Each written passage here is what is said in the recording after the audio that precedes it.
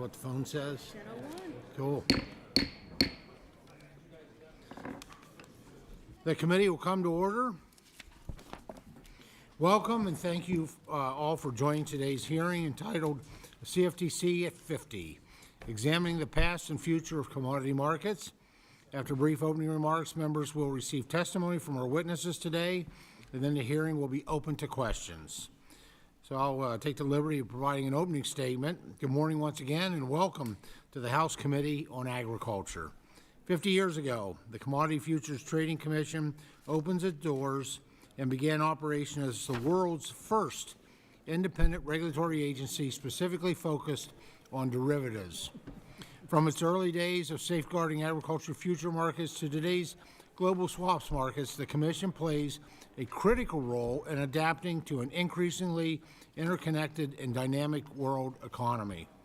Over the decades, well-regulated derivative markets have been an anchor of stability during periods of tremendous change, from financial crisis and global supply chain disruptions to technological advancements and market globalization. Today's hearing is to examine the full arc of the Commission's 50-year history and to assess its long-term success in meeting the purposes of the Commodity Exchange Act, which is chartered to implement. In a little over 100 words, Section 3 of the Act lays out an ambitious agenda to protect market participants and to ensure resilient, fair, and dynamic American markets. The first sentence reads, "It is the purpose of this Act to serve the public interest through a system of effective self-regulation under the oversight of the Commission." In this sentence, Congress established the principle that industry participants are partners in regulation. As partners, they have both rights and duties under the Act. This is an extraordinary feature of our regulatory system. By holding regulated parties accountable to outcomes and not just compliance checklists, Congress sought to expand the responsibility for promoting market integrity. The purpose continues, laying out the principles of market integrity and customer protection that are the bedrock of the Commission's work and essential to a healthy, functioning marketplace. Section 3 closes with the final purpose of the Commodity Exchange Act, quote, "to promote responsible innovation and fair competition," end quotes. This, too, is a remarkable charge. Unique among federal financial laws, Congress has unambiguously set out the expectation that new ideas, new products, and new services should be welcomed across derivatives markets. It articulates the principle that the Commodity Exchange Act is not intended to be static or to govern static markets. As we examine the Commission's success over the past 50 years, we should start our inquiry here with the purpose of the Commodity Exchange Act and consider whether the Commission is filling that statutory mandate. Joining us are 6 expert witnesses whose careers span the history of the Commission. They were there for the most pivotal moments in the Commission's history, and their work shaped the markets that exist today. We're honored to have them with us today to share their insights into the work of the Commission and its impact on global derivatives markets. With that, I'd now like to welcome the distinguished ranking member, the gentlewoman from Minnesota, Ms. Craig, for any opening remarks that she would give.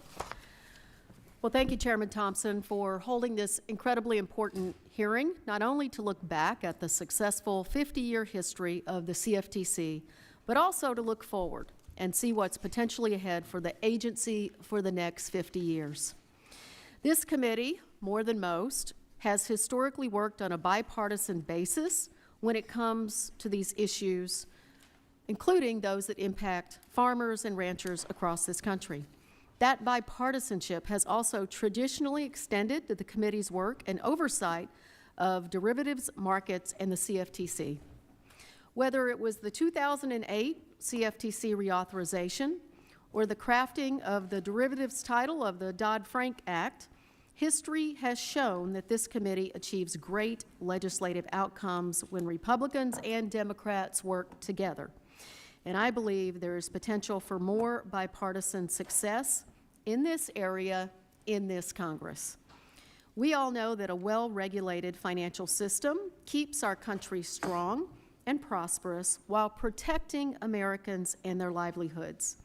For 50 years, the CFTC has been the cop on the beat in overseeing U.S. derivative markets and making sure they work, not just for Wall Street, not just for the exchanges and clearinghouses themselves, but for Main Street Americans whose livelihoods are impacted by these markets every single day. But to have effective oversight over these markets and protect the customers who use them take resources. Last July, at a subcommittee hearing on reauthorizing the CFTC, we heard from commercial end users of these markets about the agency's stagnant funding and how the agency needs sufficient resources, otherwise its ability to ensure the integrity of the more traditional commodity markets for risk management purposes would be diminished. If the users of these markets get it, we should too. Even in the FIT 21 bill passed last year, the House recognized that the CFTC would need additional resources to implement the bill's new requirements and provisions. I believe the funding provided by that bill was a good first step, but if we are going to hand the agency new responsibilities, we need to find a more permanent solution to the agency's funding needs.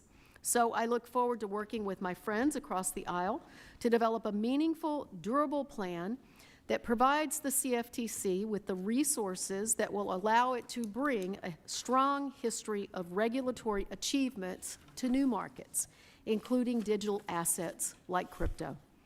I want to thank our witnesses for coming in today and for your testimony. All of you have been either working for or with us, the CFTC, for years, and I appreciate the perspectives you bring to the table. But I particularly want to thank Mr. Shriver for your participation. Your members need these markets to hedge their risks and obtain price discovery. While we can acknowledge the need and role speculators can play in these markets, the truth is these markets are for your members and all other commercial end users. If these markets ever stop providing utility to the end users, then they'll have truly become the gambling halls they so often are accused of being. Again, Mr. Chairman, thank you for holding this hearing, and with that, I yield back. Thank the gentlelady. The chair would request that other members submit their opening statements for the record so the witnesses may begin their testimony and to ensure there's ample time for questions. Our witnesses today, and it is an esteemed panel that we have before us. Our first witness today is Charlie Carey, a lifelong trader, the former chairman of the Chicago Board of Trade and the current chairman of the Commodity Markets Council, but perhaps most importantly, Mr. Carey is a member of the Future Industries Association's Hall of Fame, recognizing his many contributions to the futures industry. Our second witness today is Dr. Richard Sandor, chairman and CEO of the Environmental Financial Products, LLC. In addition to that role, he is also the Aaron Director Lecturer in Law and Economics at the University of Chicago Law School. Dr. Sandor is widely recognized as the father of financial futures and has also been recognized by his peers as a member of the FIA Hall of Fame for his pioneering work in futures markets. Our next witness after that is Dave Schreier, who is the President and Chief Executive Officer of the American Public Gas Association. Mr. Schreiber's diverse membership represents some of the most important users of derivatives markets, the companies that heat our homes and power our economy. Following that, our next witness will be Deanna Dow, a partner and general counsel with Capital Counsel, LLC. Mrs. Dow has been a trusted counselor to a commissioner and two chairmen at the commission during a pivotal time. She also served in executive roles across the industry. She, too, is a member of the FIA Hall of Fame. Our fifth witness today is Thomas Sexton, the President and Chief Executive Officer of the National Futures Association. Mr. Sexton has spent over 30 years at NFA, helping to shape regulatory practices across the industry. And our sixth and final witnesses is Christopher Giancarlo. Mr. Giancarlo is no stranger to this committee as the former chairman of the Commodity Futures Trading Commission. He has been an esteemed and passionate voice about the importance of derivative markets, and we are honored for him to round out our panel today. So thank you all for joining us today, and we're now going to proceed to your testimony. You'll each have 5 minutes. The timer in front of you will count down to 0, at which point your time has expired. Mr. Carey, please proceed whenever you're ready. Okay, hopefully that's working right. Chairman Thompson, Ranking Member Craig, and members of the committee, thank you for inviting me here today to testify on the history of our markets and our regulatory structure in the United States. Is that not working? Go ahead and pull that microphone just a little closer, that's all. Okay, a little closer? Okay. Yeah, please. Okay, thank you. All right, as you said, I'm Charlie Carey. I've been a trader, and I joined the Chicago Board of Trade in 1978. I'm honored to appear here today on behalf of the Commodity Markets Council. The Commodity Markets Council, originally the National Grain Trade Council, was founded over 90 years ago. We are the trade association that brings agriculture and energy commercial end users together with commodity exchanges and clearinghouses. In my written testimony, I cover some of my personal history. But today I want to focus on the function of the derivatives markets and the importance of the CFTC. Derivatives markets provide for price discovery and risk management, vitally important functions to our economy, part of the economic engine, especially today given the geopolitical and economic uncertainty of recent years. Risks in price, weather, interest rate fluctuations, foreign currency, as well as geopolitics are examples of exposures that are managed on U.S. exchanges. The CFTC has direct oversight of exchanges, clearinghouses, and intermediaries in U.S. markets. U.S. markets are the deepest, most liquid, efficient derivatives markets in the world. Clear, transparent, tough, and flexible regulation is a contributor to the success and of the trust in our markets. Our agricultural futures contracts serve as global benchmarks for the underlying commodities, meaning businesses around the world use our futures to hedge their risk. That is something Congress and regulators must always be mindful of, as global liquidity can move offshore, and it will always be to our advantage for global benchmarks to be subject to U.S. oversight and priced in U.S. dollars.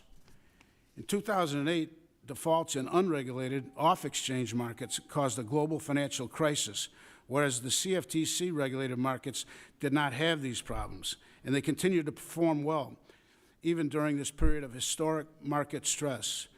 The system of exchanges, clearinghouses, and intermediaries were resilient, leading Congress to use CFTC regulation as a framework for previously unregulated swaps markets. When the CFTC was created, futures markets were primarily made up of agricultural-based contracts. But Congress and regulators saw a need for a framework that could handle the market's desire for new, innovative products. The CFTC has a history of vetting new, innovative products, including weather futures, interest rates, event contracts, and digital assets.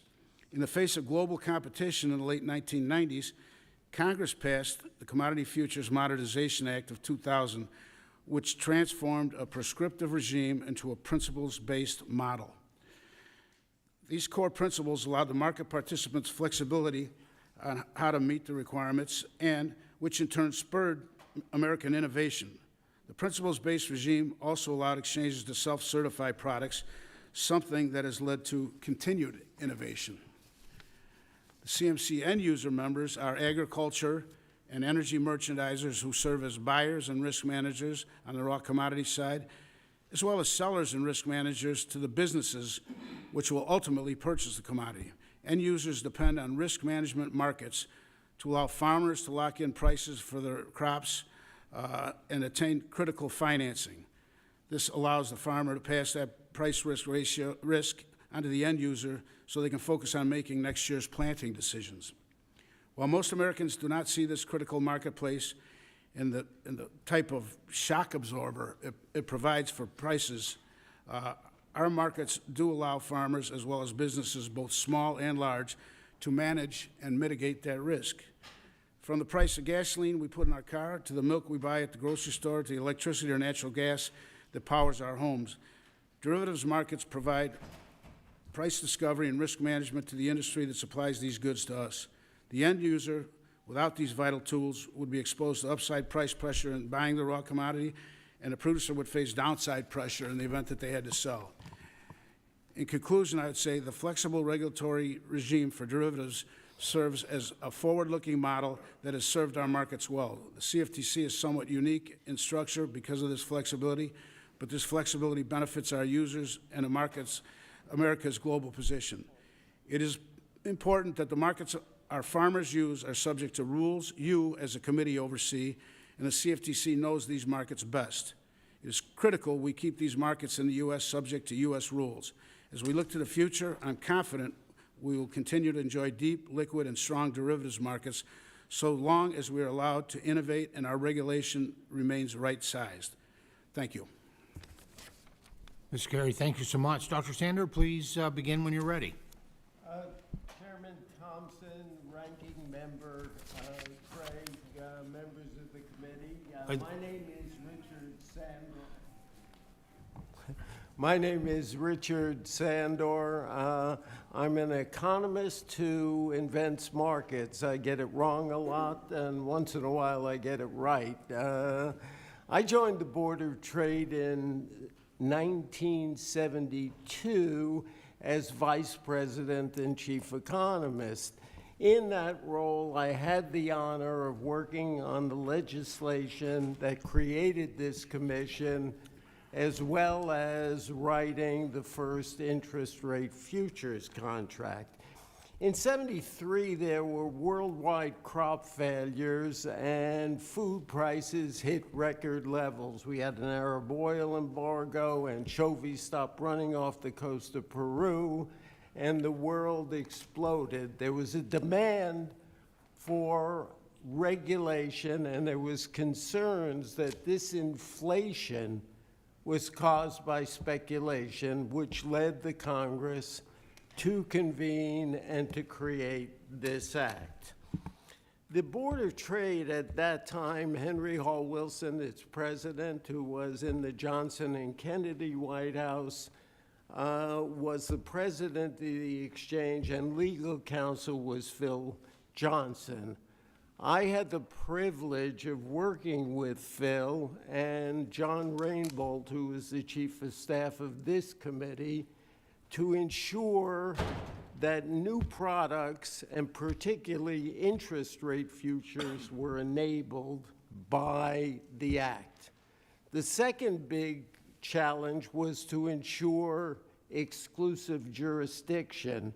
And we worked with Mike McLeod, who was chief of staff for Herman Talmadge, to create exclusive jurisdiction so that interest rates would not be fragmented by 5 or 6 different regulatory agencies, banking, securities, et cetera. The first contract that was introduced was Ginnie Mae mortgage-backed securities. The markets, I believe, drove down the cost of housing by $6,000 to $10,000 per homeowner significantly by allowing hedging and transparency. That was followed by the long-term Treasury bond after the Treasury lifted the ceiling on long bonds from 4.25 and started issuing bonds on a regular basis in '07. And that was followed by the 10-year Treasury futures. And the 10-year futures, again, were initiated because of the Treasury's continuous round of 10-year securities. The last product that I worked on was options, which in '82 were really battled, and there was a lot of hostility because they had been banned in the '20s, and people said that they would distort the markets. Quite to the contrary, they worked flawlessly. And ultimately, farmers could use puts as opposed to futures, or grain merchandisers could use them. So that was a very important regulation. If we take a look at the issuance last year, and I don't have to remind this body that we issued $5 trillion of securities.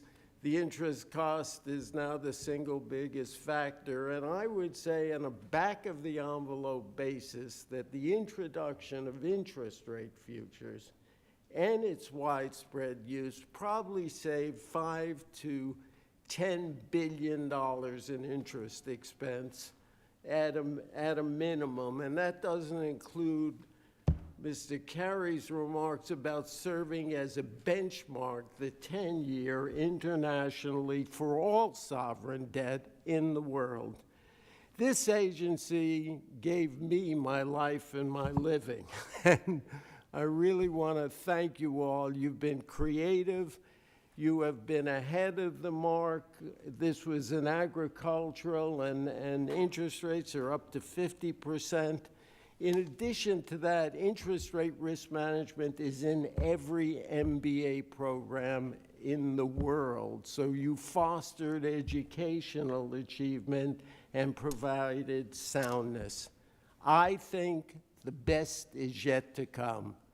There are thousands of products that we have not even thought of, and you can do it by continuing to see this committee works. Thank you all very much. Dr. Sandu, thank you so much. Much appreciated. Mr. Schreier, please begin when you're ready. Thank you. Chairman Thompson, Ranking Member Craig, and members of the committee. Thank you for the opportunity to testify before you today. I also want to thank the committee for holding this hearing, recognizing the 50th anniversary of the creation of the CFTC. My name is Dave Shriver, and I am the President and CEO of the American Public Gas Association, or APGA. APGA represents approximately 1,000 communities across the United States in 38 states that own and operate their retail gas distribution entities. APGA's members include not-for-profit gas distribution systems owned by cities and other local government entities, all directly accountable to the customers they serve. Public gas systems focus on safely providing efficient, reliable, and affordable energy to their customers in the communities they serve. Today, I want to highlight 3 key points. First, how community-owned gas systems engage in the derivatives market. Second, the CFTC's role in protecting APGA members and others from market manipulation and other market abuses. And finally, the importance of market transparency to ensure fair energy pricing. Community-owned gas utilities use derivatives as a risk management tool. By engaging in over-the-counter swaps and futures contracts, our members can lock in prices. This helps minimize the impacts of sudden price spikes due to extreme weather or other market disruptions on their customers. Without these hedging tools, price volatility would have a greater impact upon consumers, leading to unpredictable energy costs. Also, when industrial consumers of public gas systems face higher energy costs, their production costs rise, leading to higher prices for consumers in the form of more expensive goods. By contrast, under strong CFTC oversight, markets function properly and prices remain more stable, reflecting real supply and demand conditions. The CFTC's oversight ensures our members and others have fair access to these markets. This allows them to plan responsibly and help to keep natural gas affordable for the communities they serve. The CFTC's oversight is critical in preventing market abuses that can distort natural gas prices. APGA continues to be a strong supporter of market transparency, limiting excessive speculation, and providing the CFTC with the resources it needs to protect consumers. We have seen the harm caused by instances where large financial entities manipulate prices and ultimately increase costs for end users. Strong CFTC oversight through position limits, trade monitoring, and adequate enforcement is essential to keeping markets fair and preventing price swings that hurt American families. Transparency is vital to ensuring fair energy prices. The CFTC has made great strides in improving reporting and oversight, primarily through their operation as a principles-based regulator. A transparent market reduces the risk of manipulation, fosters confidence, and benefits not just public gas utilities, but the broader economy. Natural gas is essential to our economy, and millions depend on it daily. It is critical that the price those consumers are paying for natural gas comes about not only through the application of fair and orderly markets, but also through appropriate market mechanisms that establish a fair and transparent marketplace. The CFTC plays a critical role in ensuring the integrity of the derivatives market. As Congress considers the future of financial market oversight, we urge continued support for the CFTC's principle-based mission and its authority to regulate the evolving derivatives landscape. Derivatives markets are a risk management tool that APJ members utilize to help provide affordable energy to their customers and communities. A strong, well-resourced CFTC is vital for public utilities to continue to utilize these markets. Thank you again, and I look forward to your questions. Mr. Shriver, thank you so much for your testimony. Mrs. Dow, please proceed when you're ready. Thank you. Good morning, Chairman Thompson, Ranking Member Craig, and esteemed members of the committee. Thank you for the opportunity to testify today.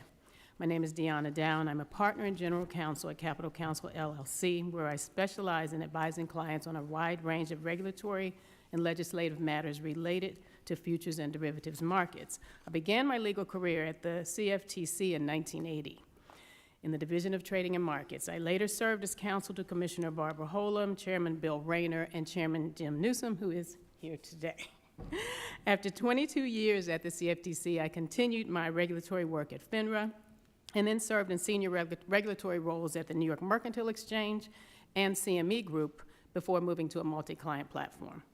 I've been asked to speak today about the Commodity Futures Modernization Act, a law that brought the most substantial revisions to the Commodity Exchange Act since the creation of the CFTC and fundamentally restructured the regulation of exchange-traded derivatives.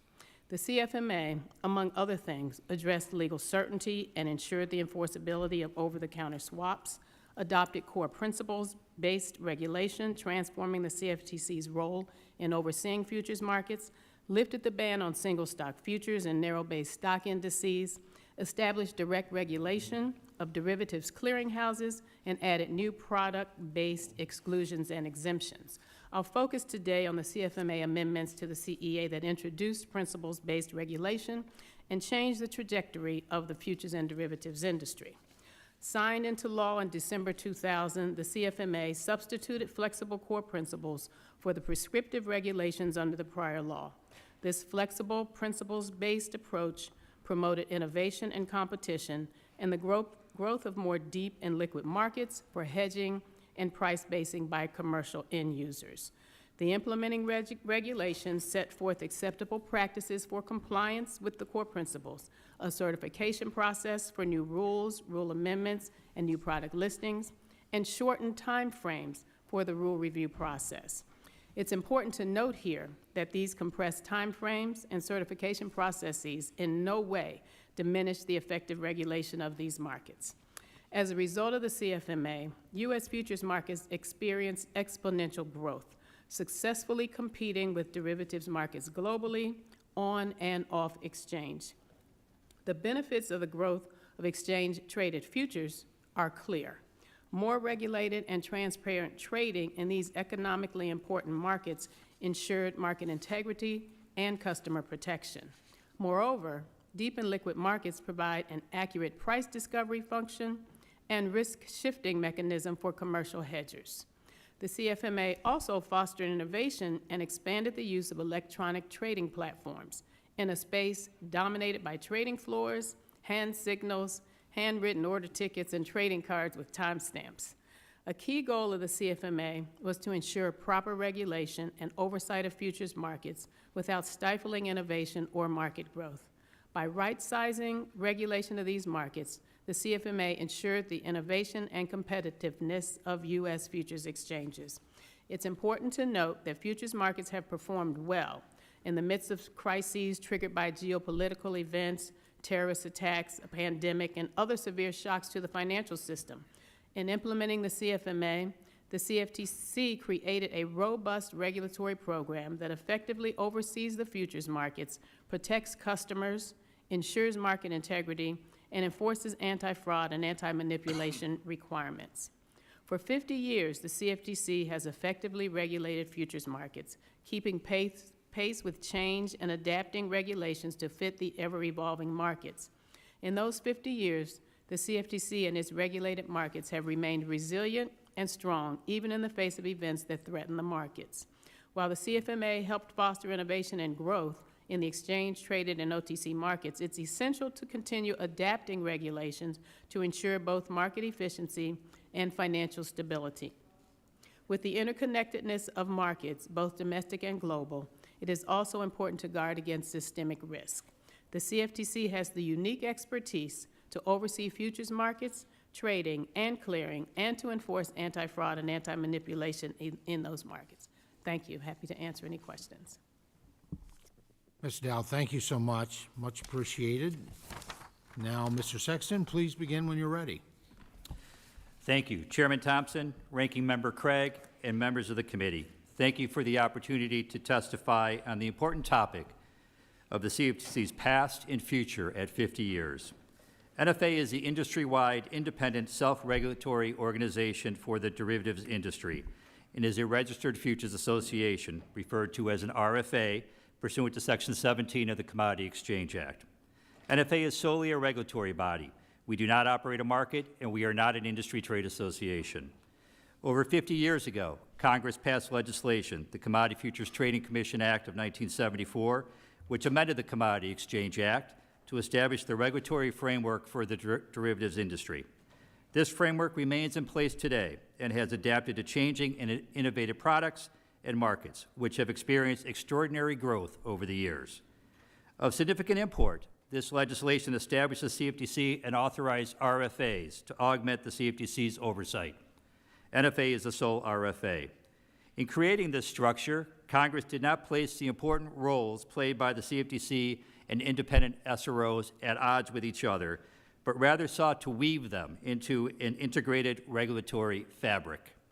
The CFTC's original mandate was limited to oversight of the commodity futures markets, and its responsibilities have grown significantly over the years. As the CFTC's responsibilities grew, Congress and the CFTC entrusted NFA with additional oversight responsibilities as well. The CFTC's responsibilities are enormous, and its core principles regulatory approach has allowed it to adopt practical and sound regulations that safeguard the integrity of the markets and allow for growth and innovation. Over the years, the CFTC's chairman, including the two with us today, former Chairman Giancarlo and Newsom, and its commissioners have been outstanding leaders, and the CFTC has a professional, talented, and expert staff to advance its mission. NFA and the derivatives industry, including farmers, ranchers, and producers, are extremely well served by having the CFTC, an agency which is laser-focused on supporting, strengthening, and safeguarding the derivatives markets. NFA began operations on October 1st, 1982. We partner with the CFTC and have a clearly defined mission: safeguard the integrity of the derivatives markets, protect investors, and ensure that NFA members meet their regulatory responsibilities. We perform 7 primary functions: registration, rulemaking, monitoring members, rule enforcement, market regulation, investor protection and education, and dispute resolution. NFA's performance of these functions allows the CFTC to allocate its resources effectively and efficiently.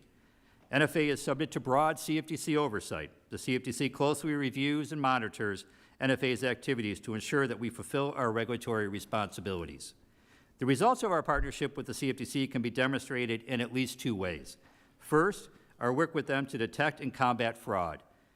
My written testimony highlights how NFA has worked with the CFTC over the years to address significant customer protection abuses associated with South Florida boiler rooms that sold out-of-the-money options, retail Forex, and the misappropriation of customer segregated funds. Second, we have partnered with the CFTC to develop sound and innovative regulatory programs, including to oversee swap dealers post-Dodd-Frank and our member firms engaged in spot digital asset commodity activities. The CFTC's success over the past 50 years is due to its ability to identify new risks, adopt new approaches, and allow for innovation. The CFTC's success in the future will necessitate the same adeptness. In recognition of the CFTC's important mission, proven track record of success, and potential expansion of responsibility to oversee spot digital asset commodities, NFA believes Congress should once again consider reauthorizing the CFTC. I would also like to reaffirm NFA's willingness to assist the CFTC in regulating the spot digital asset commodity market if Congress moves forward with legislation in this area. 50 years after the Commodity Futures Trading Commission Act of 1974, we can certainly say that self-regulation combined with the CFTC's regulatory oversight has been a successful and effective framework for the derivatives industry. This framework has withstood the test of time, and we anticipate as markets continue to innovate and the CFTC's and NFA's responsibilities potentially grow, this regulatory partnership will continue to flourish. In conclusion, I am honored to appear before you today to commemorate this very important milestone, the CFTC's 50th anniversary. The CFTC and NFA have been strong and effective regulatory partners, and I look forward to our future together. I am happy to take any questions. Mr. Sexton, thank you so much for your testimony. And Mr. Giancarlo, please begin when you're ready. Thank you, Chairman, Ranking Member Craig, and other distinguished members of this committee, many of whom I've had the pleasure of working with over the years. It is indeed right for us to acknowledge the CFTC's remarkable record of success and the enormous economic value it provides for American consumers. When I'm asked to explain the purpose of the CFTC, I use a comparison to the better-known Securities and Exchange Commission. I explain that the SEC oversees markets for capital formation. That is, markets where those with a business idea find those with capital to fund their growth and success. Well, that's not what the CFTC does. What the CFTC does is oversees markets for risk transfer. That is, markets with those with business risk to farmers of falling prices for their crop production, risk to American manufacturers for rising energy prices, and risk to home builders of fluctuating interest rates, can offset some or all of that risk with those who are better able to bear it. CFTC markets for risk transfer are very different than SEC markets for capital formation. And because they're so different, they require specialized regulatory skills. And fortunately, the CFTC and its terrific staff have those skills in spades. During almost 5 years on the commission, I traveled the country and visited ag producers in over 24 states, from Montana and Texas, Arkansas, Louisiana, and Iowa, to Minnesota and Missouri, New York, Mississippi, and Oklahoma. And I walked in wheat fields and harvested soybeans. I tramped through rice farms and beneath pecan groves. And I milked dairy cows in Minnesota and toured feedlots, and I visited grain elevators and viewed cotton gins. And many of my fellow commissioners continue to do the same. What other federal financial regulator can say that they do that? And throughout these visits, I was moved not only by the grace and dignity of hardworking Americans, but by the importance to their lives of these risk-hedging markets under CFTC supervision. Now, it's true that most Americans are not farmers. Compared to having their 401ks invested in the stock market, many Americans do not directly participate in markets under CFTC supervision. And yet, thanks to these well-regulated markets, all American consumers enjoy relatively stable prices in all their financial activity, from auto loans to household purchases, to the price and availability of heating, to the energy used in the factories where they work, to the interest rates that borrowers pay on home mortgages, and even the returns workers earn on their retirement savings in those 401ks. One area where these markets are essential to American prosperity is in managing risk associated with the U.S. dollar. In fact, when the CFTC was reformulated out of the Department of Agriculture 50 years ago, it was quite specifically to safeguard a breakthrough in financial innovation that Dr. Sandor and others worked on, and that was financial futures. Because these new instruments enabled the global economy to manage the risk of variable interest and exchange rates and assured that the U.S. dollar remained the world's reserve currency. The United States is the only major economy to have a regulatory agency specifically dedicated to derivative market regulation. And it's worth asking whether having such a dedicated regulator is the reason why U.S. commodity derivative markets are bigger and perhaps more important than most of our economic competitors, or is the fact that these American markets are so big that they require a dedicated regulator in its own right. Perhaps both of those reasons are true, and it is clear that the CFTC provides a great American advantage in terms of economic cooperation. We've heard from Mr. Casey that the CFTC's clear, transparent, tough but flexible rules support U.S. ag production. And for Dr. Sandor, that the CFTC's regulated markets are indispensable tools for economic growth, driving down the cost of home ownership. And Mr. Shriver explained that the CFTC's rules protect U.S. consumers from abuse. And Ms. Dow described the uniqueness of the CFTC's principles-based self-certification framework. And my dear friend Tom Sexton talked about the critical role of CFTC self-regulation. Well, I just want to add one more remarkable aspect, and it's something that the ranking member alluded to. It said that organizations reflect the tone from the top. Certainly, the CFTC's reduced partisanship mirrors the general cordiality and frequent bipartisanship of this committee and its Senate counterpart. And that characteristic, in turn, reflects the courtesies and values of America's homeland. As a former chairman, I readily admit my affection for this remarkable agency. For 5 decades, the CFTC has enhanced the American way of life, stabilized the everyday cost of living. And the CFTC has done so without undue rancor and partisanship. With a budget and a staff that's a pittance against those of its federal regulatory peers, the CFTC is pound for pound the best value in Washington, especially for American farmers, producers, and end users.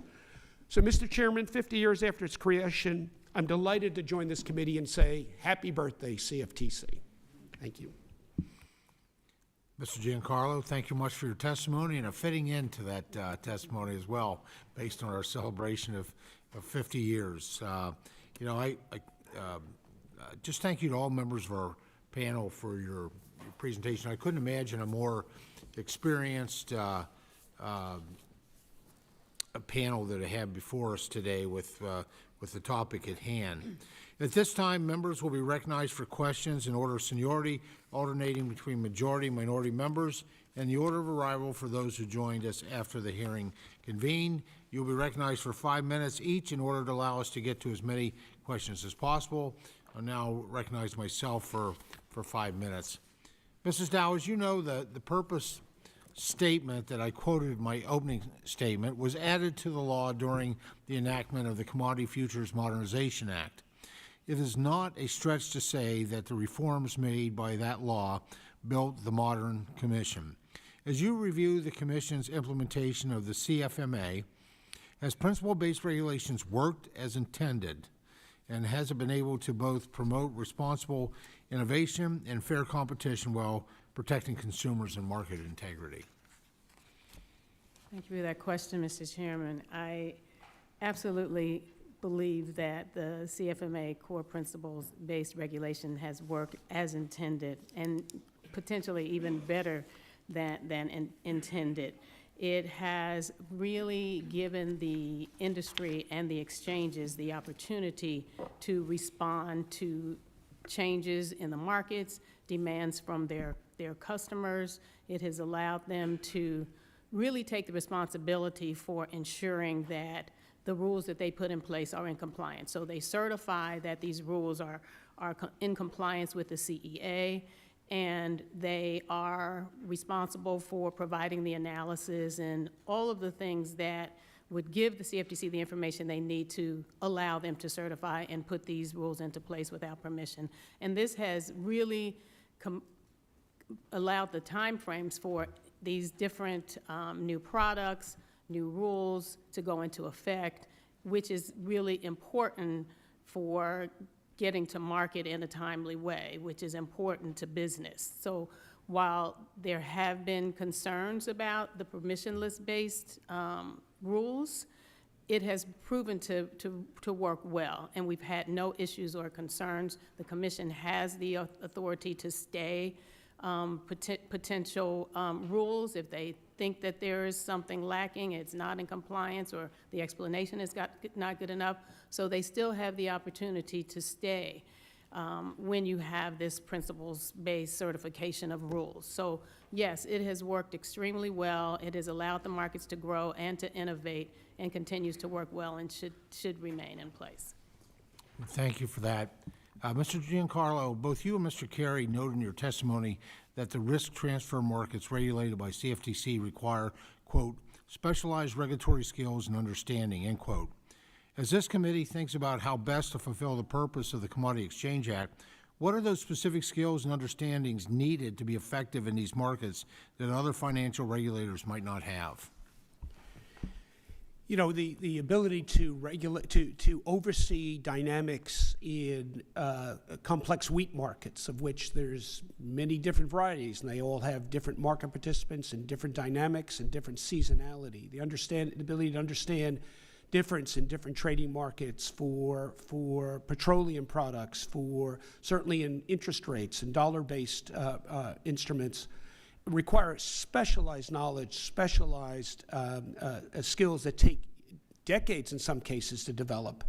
I think what we need to start thinking about doing as we go into the 21st century is enhancing those human skills with some of the big data analytics tools that companies like Amazon and Facebook use, so that those human talents, which really are trained nowhere else but at the CFTC and many of our markets, can actually do their work, but powered with some of the latest data analytics. I think we have the CFTC has the human talent, and I think with the support of this committee, we can give them the data analysis tools to really move this forward into the next century.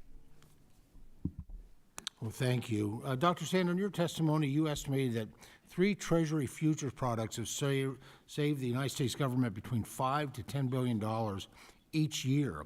Even for Washington, that's a lot of money each year. How do these products ultimately help the U.S. government save on interest costs? These markets are transparent, so they provide the least cost bond prices, essentially the lowest interest rates, and also hedging and the ability to sell its debt, and for dealers in U.S. government securities, they can bid for those bonds at a higher price and a lower interest rate because they can hedge the risks. The liquidity in the futures market is so broad that it can absorb that amount of hedging, thereby reducing interest costs for the U.S. government. Well, thank you, Dr. Sanders. Now, please recognize the ranking member from Minnesota for 5 minutes questioning. Thank you, Mr. Chairman. This question is to Mr. Sexton. I appreciate your testimony explaining the steps that NFA has taken on its own to help investors better understand the nature of digital assets and the substantial risk of loss that can arise from trading these products. And I also appreciate NFA's efforts to regulate your members' activities in this area through Compliance Rule 2-51. Do you have any estimate or guess as to how much of the total amount of digital asset spot market trading is being conducted by or through your members, and hence has these extra protections? And then second question, does NFA often hear from customer complaints from those who are trading in these spot markets with entities who are not NFA members? And if so, what do you tell them? Thank you very much for the question. Let me start off by saying that with regard to Compliance Rule 251, we adopted that, Congresswoman, because our traditional rules were aimed towards futures contracts, and therefore, if we had a member firm that was engaging in spot digital asset commodities and engaging in fraudulent activities, then we could not bring a disciplinary case against them because we didn't have them under our jurisdiction. So it was a very important rule for us in that sense. We have approximately over 100 members or so that are engaging in spot digital asset activities, and they self-report to us those activities, primarily in their commodity pools, which can invest in futures, securities, anything, including digital assets. We have not received any customer complaints significant with regard to our members' activities in this area. I think part of what we were trying to accomplish, too, is establish supervision requirements for them, which is key to our regulatory oversight. So with regard to our members, we have not taken any cases under 251. And as I said, very limited customer complaints have been received with regard to our members. If we receive customer complaints, not involving our members, we typically will refer those to the CFTC. We act very closely with the CFTC in their enforcement area. Obviously, if they're not a member of ours, the CFTC would have jurisdiction and be able to bring an enforcement action. Thank you so much.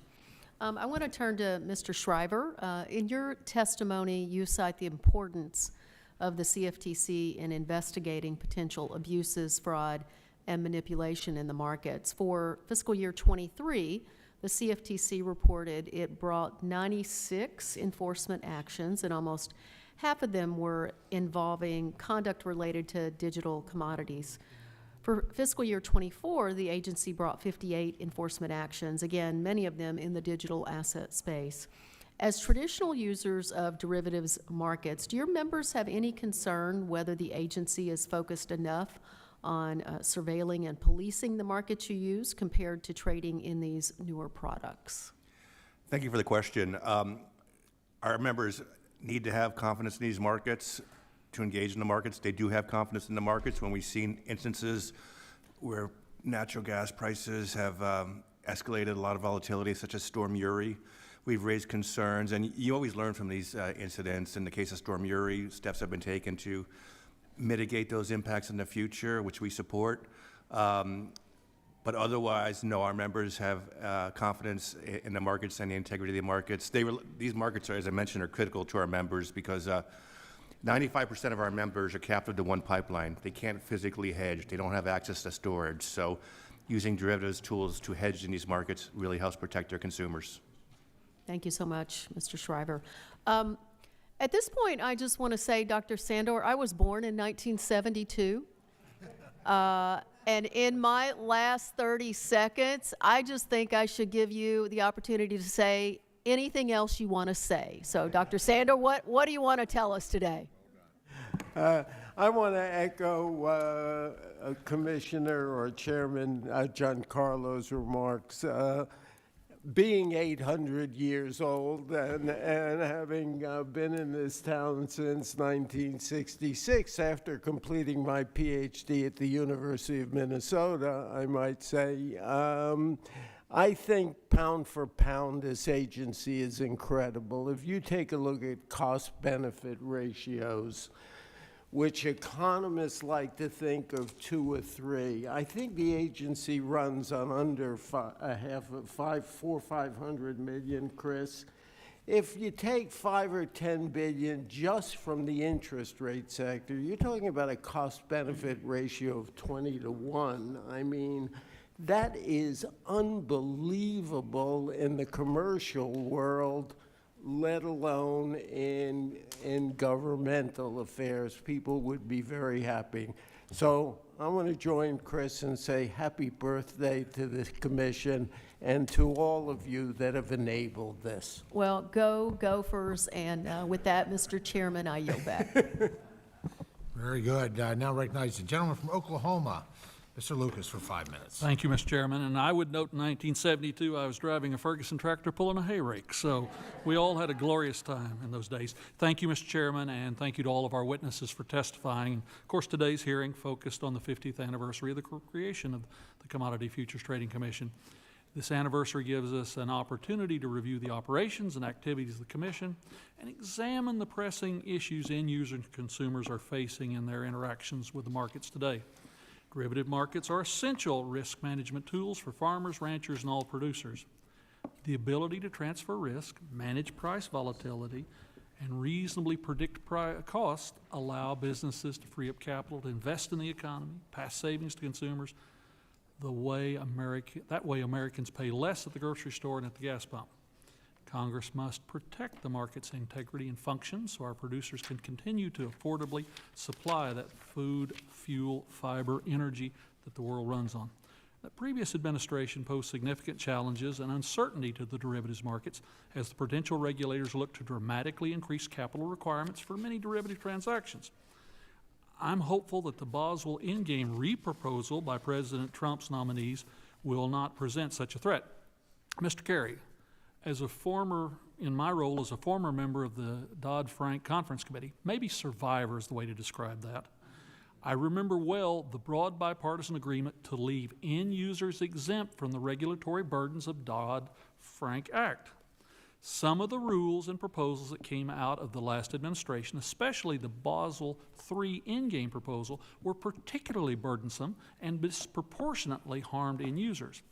How should incoming Chairman Quinten work with Secretary Bessent and the prudential regulators to ensure that derivatives markets are affordable and accessible? Well, I think one of the reasons that we're here talking about the CFTC and their role as a regulator, I think that one of the biggest strengths that they've had in their entire existence is their ability to conduct a dialogue where everybody's concerns are addressed, and basically using judgment in the ability to determine where or where not certain rules should be applied, because you want safety and soundness in the system. You want enough capital to basically protect the customers, but you don't want to make it prohibitive to the point where they can't do business on these exchanges, and it's better for them to go unhedged rather than hedged. Dr. Sander, you suggest both in your testimony and in your response to questions that the introduction of futures and options of Treasury bonds and notes have led to billions of dollars in interest savings for the U.S. government. We're now at a time where, compared to 20, 25 years ago, we are rolling over 8 times as much debt as we did. We have half the primary market makers that we had 20-some years ago. Could you expand on your testimony about how CFTC and SEC can partner to alleviate stresses on the Treasury market, particularly in light of the clearing rule that the industry is gearing up for? If we can't move our paper, we're in a world of hurt. Yeah, I can't speak to the CFTC's role. My understanding is that the interest rate market is a very small part of the SEC, so I'm not sure. You know, they handle equities, not fixed income, and government securities are totally exempt, so I don't know of any competence in that area. I do share your concerns. If my recollection is right, and I think given my experience, I think we had a total outstanding supply in '77 of long-term bonds of $18 billion in U.S. history. That was the total outstanding issue. When you think of 36 trillion of debt out there, it's dwarfed. I think that we have to encourage more primary dealers and make the rules an accession in there, because it is that competitive process at auctions that really keeps prices up of bonds and thereby interest rate lowers. So a dramatic expansion. I think we really need to have clearing consolidated of government securities. I think we celebrate things which should not necessarily. It took 3 or 4 years to get T+1 through. That shouldn't be that way. I think the blockchain, other technologies, trusted partners, the use of technology which is being routinely used, and AI today in industry needs to be used in the regulatory process, and that would be my fundamental concern. There should be enough competence there that ranks it with Google or Amazon in clearing and in other functions. Thank you, Doctor. Yield back, Mr. Chairman. Thank the gentleman. Now recognize the gentleman from Georgia for 5 minutes. Question. Thank you. Excuse me. Thank you very much.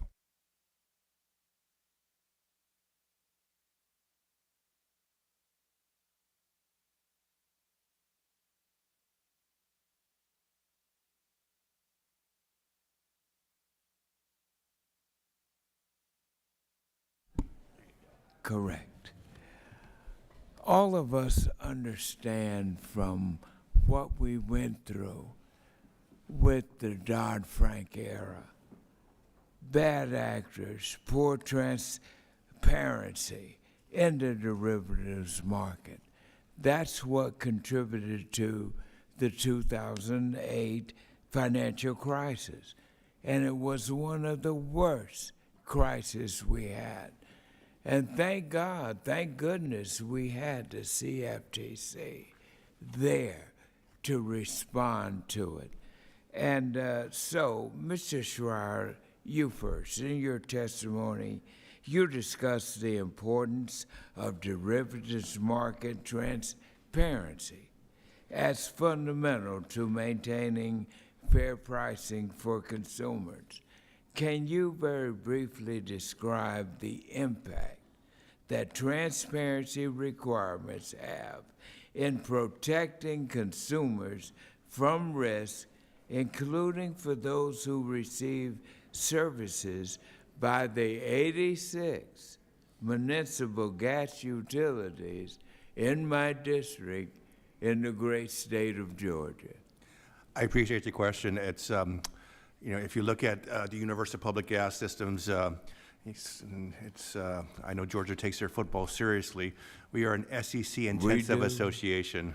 The bulk of our membership is in the SEC football states, so including the 86 in Georgia. And a lot of these are very small and medium-sized communities. So they're, as I mentioned, not-for-profit. Their citizens, their consumers rely on them getting natural gas to them. APJ was a strong supporter of the Dodd-Frank reforms in terms of increasing market transparency, giving our members confidence that the prices reflected in the marketplace were accurate and accurately reflected supply and demand. We realize there's a role for speculation in terms of providing liquidity, but as you mentioned, transparency is critical, and our members have a lot more confidence in the marketplace as a result of the action the committee and Congress took through Dodd-Frank to enhance market transparency. Yeah, very good. Now, Miss Diana Dow, welcome home. For 22 years, you have served with the CFTC, and for 22 years, I have served here in Congress. And for those 22 years, the constant battle has been getting enough money to the CFTC. Why is that, and what more should we be doing to get the money to the CFTC to do their job? And I see Chairman Austin Scott here. We went to battle for the CFTC. You all remember the European Union, as you recall, wanted to come over and take away the regulatory authority of our markets and financial system. But we stood up to them and said, pleasantly, or rather strongly, heck no. And let me just ask you, what more should we be doing in Congress here to impress the importance of the CFTC from your 22 years experience, that we can finally get folks to get the CFTC more funding? Thank you for that question. I wish I knew the answer to how to address this issue that has been going on since when I was at the commission. That's right. Starting back in 1980 through 2002. So the important thing to note and remember is the markets have evolved. Back when the CFTC was first created, they weren't as large as they are now. The markets have evolved. We now have, the CFTC now has authority over the swaps market. Mm-hmm. It now has expanded into, other types of markets, events contracts for retail. Yeah. It's also looking to take on responsibility in the digital asset space. All of these additions to the CFTC's jurisdiction and authority demand that their budget be increased. Right. And while maybe it's a lack of education or understanding But certainly it's important for the Congress to realize and recognize that the jurisdiction of the CFTC has expanded significantly, and the current budget is not sufficient to cover all of the responsibilities that it currently has. Well stated, and I hope all our ears were open to hear that. We are determined on both sides of the aisle to make sure that we get the CFTC more funding. Thank you very much. Thank you, Mr. Chairman. And I recognize myself for 5 minutes. Commissioner Giancarlo, you mentioned one thing that we don't talk about enough in Congress. You mentioned the U.S. dollar as the world reserve currency. I do believe the CFTC has played a vital role in keeping the dollar as the world currency, and your testimony would allude to that as well. Would you speak briefly, 30 seconds, 60 seconds, to what the consequences of the U.S. dollar not being the world currency would be for the United States citizens? You know, to my mind, it's not a coincidence that the founding of the CFTC coincides with the dollar going off the gold standard in the mid-1970s. When that happened, the world nations that held dollars suddenly had enormous risk of interest rate movements, of foreign exchange changes, that with the dollar no longer anchored to gold.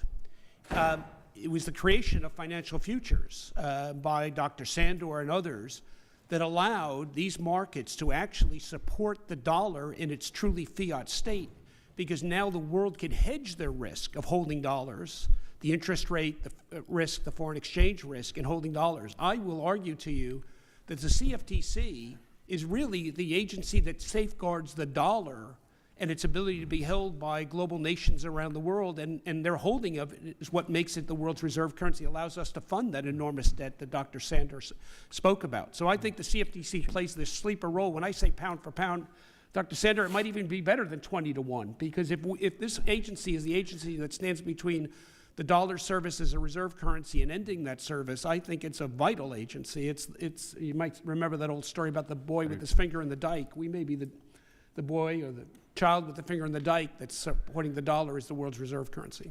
Chairman, Can I yes, briefly, please. Poke my head quickly? Chris, I think that's exactly right, and the members of this committee might witness a significant increase in interest rates if we lose our role as a reserve currency, driving up automobile costs, housing costs, food costs, and every other manner of consumer expenditures. Thank you. And coming back to you, Chairman, as Congress contemplates legislation related to digital assets, there's discussion about CFTC, SEC. Would you explain to us why you think the CFTC's framework is the best with regard to the digital currencies to regulate them? Well, let's even start with the CFTC has been looking at digital assets going back to at least 2014 when I first started the commission. And under my predecessor, Chairman Massid, we declared in 2015 Bitcoin to be the world's first digital commodity under CFTC jurisdiction. And over the last few years, why our sister agency, the SEC, has really been quite frankly resistant to engaging with digital assets. The CFTC has upped its game considerably. It's got over a decade of studying the most important digital assets, which are the digital commodities like Bitcoin and Ethereum. So its inherent knowledge base is better than any other agency in Washington, pretty much, I think, unarguably. Then its framework, which Ms. Dow spoke about, its self-certification process, its principles-based regulation, is ideally suited for these new instruments that are evolving so rapidly. And I want to say one other thing. It's now almost 7 years since the CFTC first green-lighted Bitcoin futures.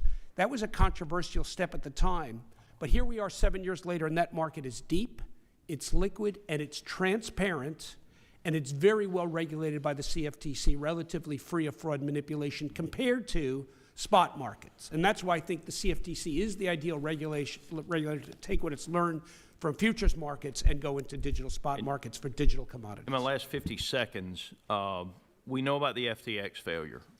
Obviously shocked the system. But the DCM and the DCO, those people did not lose money. Can you explain how, as a market regulator, the CFTC protected? So there's only two places of the entire global FTX empire that didn't fail: the piece under Japanese supervision and the piece under CFTC supervision. And the reason why the users of those systems under the CFTC and the Japanese got every dollar back is because both regulators required segregation of the customer funds. They couldn't be used by Sam Bankman-Fried as a piggy bank for his other activities. They had to be held separate and apart and pledged to those users, so that's why they got their money back. Thank you, Chairman. My time has expired, but the segregation of the funds is an important aspect that I don't think we talk about much either. Ms. Adams, you are recognized for 5 minutes. Thank you, Mr. Chairman, and thank you, Ranking Member, both of you, for hosting this hearing in honor of the 50th anniversary of the Commodity Futures Trading Commission. 1972 was a great year. My second child, my daughter, was born. I still celebrate that. But let me just say to the CFT's mission statement is to promote the integrity, the vibrancy, and the resilience of the United States' various financial markets through proper and dependable regulation. And in the next 50 years of the CFTC's work, I hope that this will remain the goal and the plan of the Commission to ensure that consumers, including those involved in agriculture, commodities, are all aware of necessary information and are protected. So, Mr. Shiver, from your testimony, it appears that your members are supportive of speculative position limits in these derivative markets. And as you know, there are some parts of the market that have not been supportive of position limits, and the agency took a very long time to implement new position limit requirements included in the Dodd-Frank Act. So can you please tell us why your members believe in position limits and the role you believe they play in establishing fairness and confidence in these markets for commercial end users? Thank you for the question. Our members are market takers, not market makers. And the concern of our membership, as I mentioned, a lot of small, medium-sized public gas systems, is that there's integrity in the market, and position limits help ensure that no one party has a substantial share of the market to allow excessive speculation to change the price beyond normal market factors. So APJ has been a strong supporter of position limits. We believe they're an important tool for the CFTC. Okay, thank you, sir. So from your testimony, I'm also interested in your emphasis on the importance of CFTC's role of promoting market transparency and setting the standard around the world for financial markets. And this is particularly relevant in terms of its potential impact on everyday consumers, especially regarding rising energy bills and goods. So could you further discuss how the CFTC can help prevent market manipulation or practices that could negatively affect consumers? Thank you for the question. Market transparency is critical to our members to ensure that they have confidence in the markets, they see what's happening, they can make decisions based on that full level of transparency. And as I mentioned previously, a lot of the reforms that came about through Dodd-Frank significantly increased transparency to a level that gave our members greater confidence in the marketplace. Thank you, sir. Mr. Carey, you noted that a key function of the derivatives market is to help businesses manage volatility in our country's financial markets. So what advice would you give Congress and the CFTC to help strengthen derivatives markets' ability to withstand volatility and uncertainty? And additionally, how can Congress ensure the effectiveness of commodity markets and derivatives products as tools for risk management and price discovery? Well, actually, the point I was trying to make was that the markets themselves and the liquidity in the markets themselves help reduce the amount of volatility. But there is volatility, there's price risk, but it allows users to transfer that risk to somebody who's willing to accept it. So I think that the CFTC has proven itself as the regulator of choice because these markets work, and you've seen them protect the customers and protect the integrity of the marketplace by what they do and how they constantly evolve to the needs of the marketplace. So I think that the CFTC, with the expertise within the organization, is one of the places Congress should look to make sure that our markets remain the economic engine in this country that they are. Okay, thank you, sir. Thank you all for your testimony and your responses. Mr. Chair, I yield back. Dr. Adams, thank you so much. And now recognize the favorite son of South Dakota, Dusty Johnson, for 5 minutes. Mr. Chairman, Giancarlo, we'll go with you. Good to have you back here. Of course, you knew a lot about swaps before you had became a commissioner or were chairman. Dodd-Frank obviously gave the commission tremendous new authorities and responsibilities over the swaps market, new transparency, new federal regulation. There were some at the time, I'm sure, that wondered whether or not the commission was up to it or whether that regulation was even appropriate. Give us a sense of why that was important and why the CFTC was the right home for it. You know, I was probably unique at the time in actually being a wholehearted supporter of Title VII of Dodd-Frank, the provisions that awarded the CFTC oversight for most, but not all, of the U.S. swaps market. I saw really 3 key components of that: regulated swaps clearing, swaps reporting, and swaps execution. And I was a supporter of all 3 for really particular reasons. I had spent 40 years in the private sector and 15 years as the head of one of the largest swaps trading platforms. Not a trading firm. We didn't trade. We operated the platform on which these trades took place. And I recognized, in fact, we had tried in 2005 and 6 to launch a derivatives clearing platform. We believe that clearing is not a panacea for risk, but it professionalizes risk management. It professionalizes and mutualizes the risks of a failure. And so when Dodd-Frank took that up as a requirement for many, but not all swaps, I was supportive of that. Similarly, swaps reporting made complete sense, even though I think the approach is a 20th century, not a 21st century approach of reporting to a repository. But the reason we had a crisis in 2008 was not because we felt that swaps would fail. It's because we believed they would work. And we only understood the gross total amount of swaps. We perceived at the time there was 400 billion swaps written against the failure of Lehman Brothers. We now know, because of work done by the former CFTC chief economist Bruce Tuchman, that the net exposure was less than 9 billion.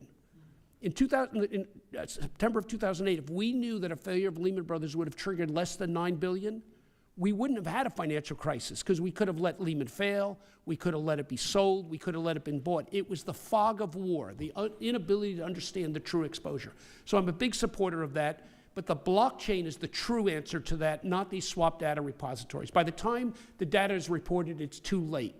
Regulators need to be able to see true exposures in real time, and the blockchain will be able to do that. And finally, in terms of swaps execution, I truly believe that Congress got that provision right in the Dodd-Frank Act by allowing swaps trading platforms to use any means of interstate commerce, because the episodic nature of liquidity in the swaps market is very different than the continuous nature of liquidity that exists in the futures market. And again, the regulation of the transparency isn't a panacea, as you said. Not at all. But clearly this is a better way to have the markets run overall. And this is where the CFTC does well. Yeah.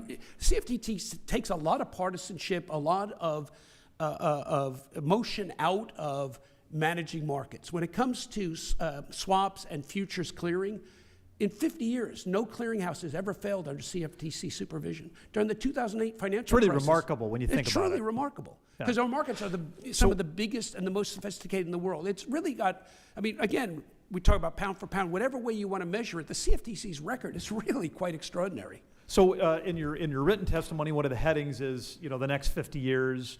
And then I got excited when you started talking digital assets because I thought, we're going to get into something real here. You didn't address the market structures bill that passed out of committee on a strongly bipartisan basis. And I don't want to put you on the spot. It wasn't like you were an author of it or anything. But any observations for us as we get ready to relaunch that effort here in committee? Yeah, so the United States needs a regulator for spot markets for crypto, I truly believe.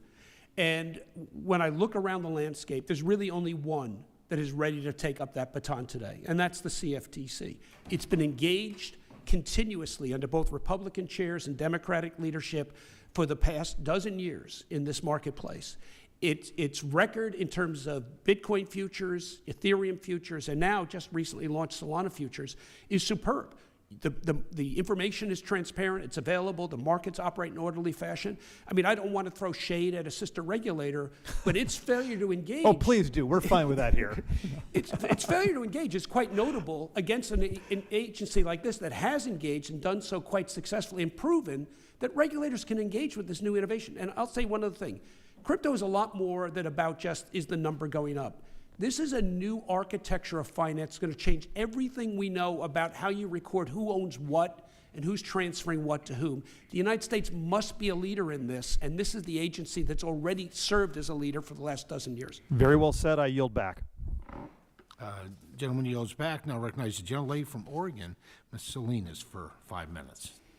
Thank you, Mr. Chair and Ranking Member Craig, and thank you to our witnesses today for being here. Since joining this committee, I've taken particular interest in the CFTC's regulatory responsibilities over event contracts, especially those related to electoral and political outcomes. The rise of platforms like Kalshi has turned election event contracts into a major market. In fact, during the 2024 election, Kalshi alone saw around 400 million wagered on election outcomes. And that's only a small portion of the broader market that easily reaches into the billions. But it's not just elections, as you all know. Political outcomes of all kinds are wagered. For example, right now on Polymarket, an alternative to Kalshi, individuals can currently acquire event contracts on things like how many gold cards might President Trump sell in 2025, whether President Trump will end the war between Ukraine and Russia in his first 90 days. And this market alone has about $36 million in volume. These markets exist alongside those for pop culture and sports outcomes. So, Mr. Giancarlo, as a former CFTC chairman who subsequently joined Polymarket as chair of its advisory board, I suspect you have strong perspectives on these event contracts. And to that end, I just have a couple questions for you. As it currently stands, an event contract on whether President Trump will end the war between Ukraine and Russia is treated exactly the same as a contract on whether the Trailblazers will win their next game. Knock on wood. These contracts can be on literally anything, and they're treated the same by the platforms. How, from a Kalshi or Polymarket user's perspective, is an event contract on the conclusion of a war different from betting on the outcome of, say, a basketball game? So the questions on these event contract markets are driven by the market participants. That's one of the things that's quite unique about them. In the case of both platforms, they're quite international, and in many ways, we here in the United States have let the cat out of the bag in terms of the desire for people to wager on events with sports gambling. When I grew up, sports gambling was not allowed. Now you cannot watch a sports event without the advertisers flooding the zone, and that's just not by accident.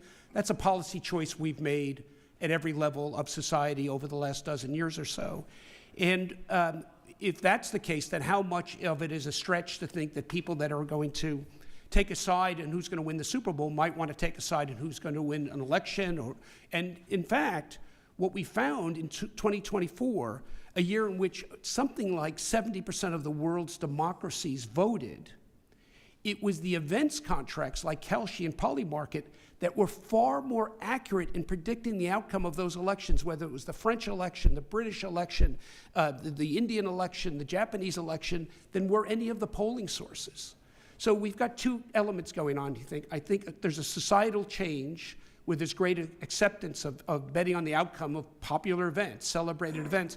But we also have the fact that they're actually becoming better measurements of society's feelings at a time. They don't predict the outcome, but they tell you 3 weeks out where society is, and they seem to be far more accurate than polling is.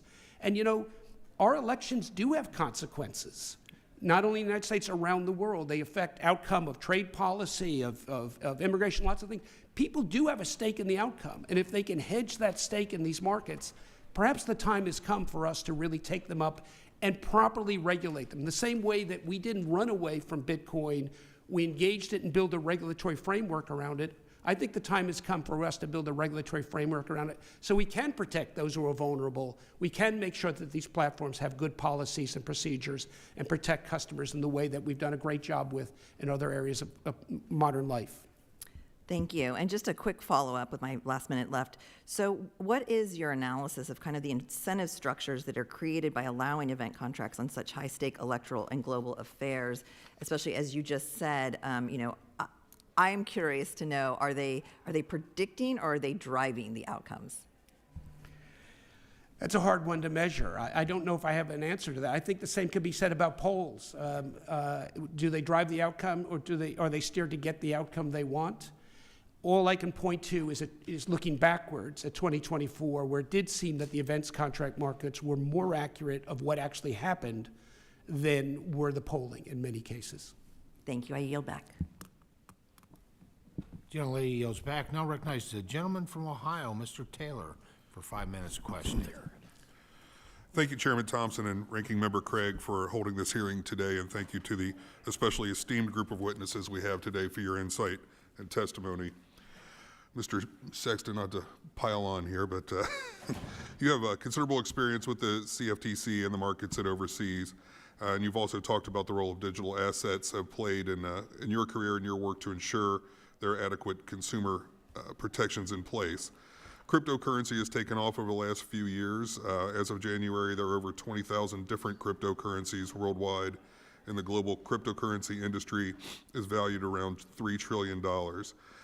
How do you see the cryptocurrencies impacting agriculture and our farmers in the future? And are there ways for our farmers to use cryptocurrencies or blockchain to their advantage? Congressman, I have to confess I am no expert in the blockchain, but I certainly believe, as former Chairman Giancarlo has indicated, that there is great use for the blockchain in the future for recording transactions, and I know that there's also experimentation with tokenizing commodities and in order to record them, but also to transfer them. So a little bit, maybe not completely responsive, but I think that there is a great opportunity there for farmers and ranchers and others. Okay. Do you see that cryptocurrencies in general being able to really promote economic growth in more rural areas, or do you think it's predominantly going to remain in urban areas? No, I think that as cryptocurrencies continue to grow, particularly the technology, it will promote growth across not only urban areas, but rural areas and elsewhere. Okay. Thank you. Ohio, my home state, is one of the largest natural gas producing states in the country. Mr. Shriver, in your testimony, you mentioned that community-owned natural gas companies can utilize futures markets to ensure consumers have stable energy prices. People in my district work hard to make a living, and being hit unexpectedly with a massive energy bill could be devastating. Can you speak more about how the futures markets under CFTC help stabilize energy prices for utility companies and consumers? Yes, thank you for the question. As a fellow Buckeye, I appreciate the question. And we do have several members in Ohio. As our members' goal as not-for-profit utilities is to make sure natural gas is affordable. And utilizing the futures markets allows them to take positions that protect their consumers from volatile price swings and keep the price in an affordable range, which is critical, especially for the low middle-income consumers they serve. Thank you. In your opinion, how would making the U.S. More energy independent and dominant help stabilize energy prices for folks in Southern Ohio? Very much so. The more natural gas that's available, and as you said, Ohio is a significant natural gas producer. The more we have natural gas available, the more our members have access to the commodity. We support increasing production. Some areas of the country, New England, where pipeline infrastructure is constrained and it's harder to get natural gas to those areas, but certainly increasing the availability of natural gas through production, through increased pipeline construction, benefits consumers. As I mentioned, our members are captive. For the most part, 95% of our members are captive to one pipeline. So increasing infrastructure, increasing production is going to benefit consumers. Thank you, sir. Mr. Chairman, I yield back. Thank you, gentlemen. He yields back. Now recognize the gentlelady from Illinois, Ms. Budzinski, for 5 minutes of questioning. Thank you, Mr. Chairman, and thank you, Ranking Member Craig, for convening today's hearing on the CFTC. And to all the witnesses, thank you so much for coming today to share your perspective on the history and the future of the CFTC. I want to use my time today to talk about agricultural commodity futures. But before I begin, I would be remiss if I didn't mention the work that this committee did on FIT 21 last Congress. I was proud to support a bill that properly funded and authorized CFTC to regulate digital assets, and I'm very grateful to the chairman for including amendments that I had proposed to enhance consumer protections. I want to thank both the chairman, Chairman Thompson, and Subcommittee Chairman Johnson for their leadership on that issue. Regarding ag futures, the work at the CFTC is so important, and it provides certainty and risk management tools for farmers across my district and the country. And there is so much to learn. The University of Illinois, I'm proud to represent in my district, is home to the Offices for Futures and Options Research. Their team is doing cutting-edge research on agricultural commodity futures and prices, and commodity researchers at the university have published over 470 scholarly articles in leading ag economics journals. Despite this incredible research and the incredible work that the CFTC does, much of the public is still not aware of CFTC or its function. So my question, Mr. Carey, in your testimony, you touched on the purpose and function of the derivatives market. Can you explain how agricultural commodity futures are important risk management tools in and of themselves, but also in supporting other risk management tools like crop insurance? Well, yeah, they're all integrated.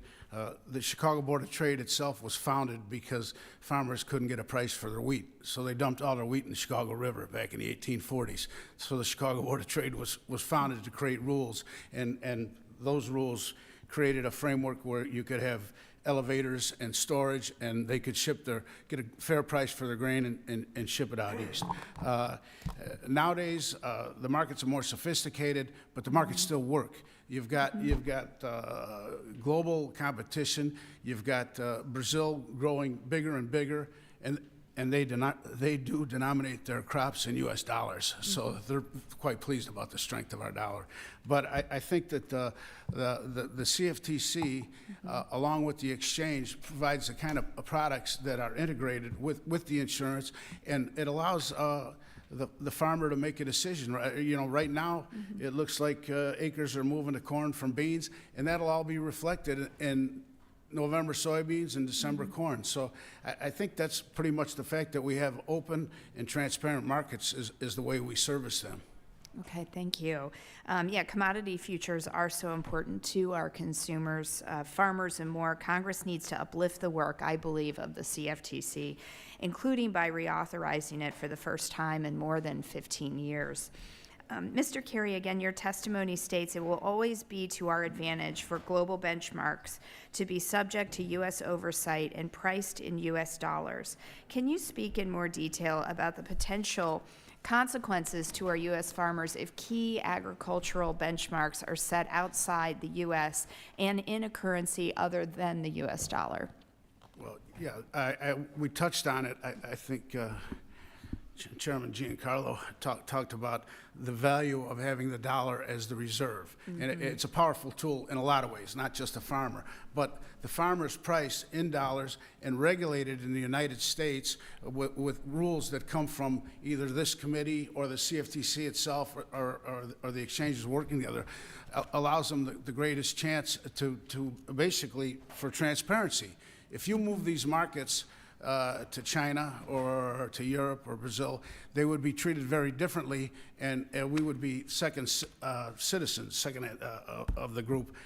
While the growth in the underlying production in Brazil has far outpaced us, but what we are seeing is the global benchmarks remain here because of our rule of law, because of the way we treat customer money, because of the way that our openness, transparency, and regulation treats the end users, the producers, and the customers. Okay.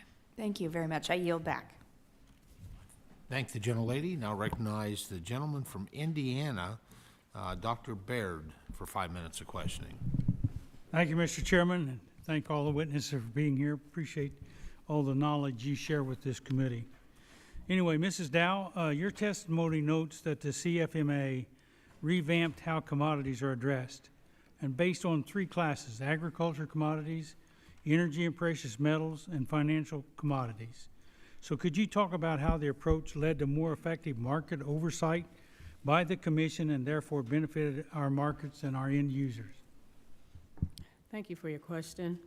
That, in fact, was the first time that the Commission ever differentiated between the classes of commodities.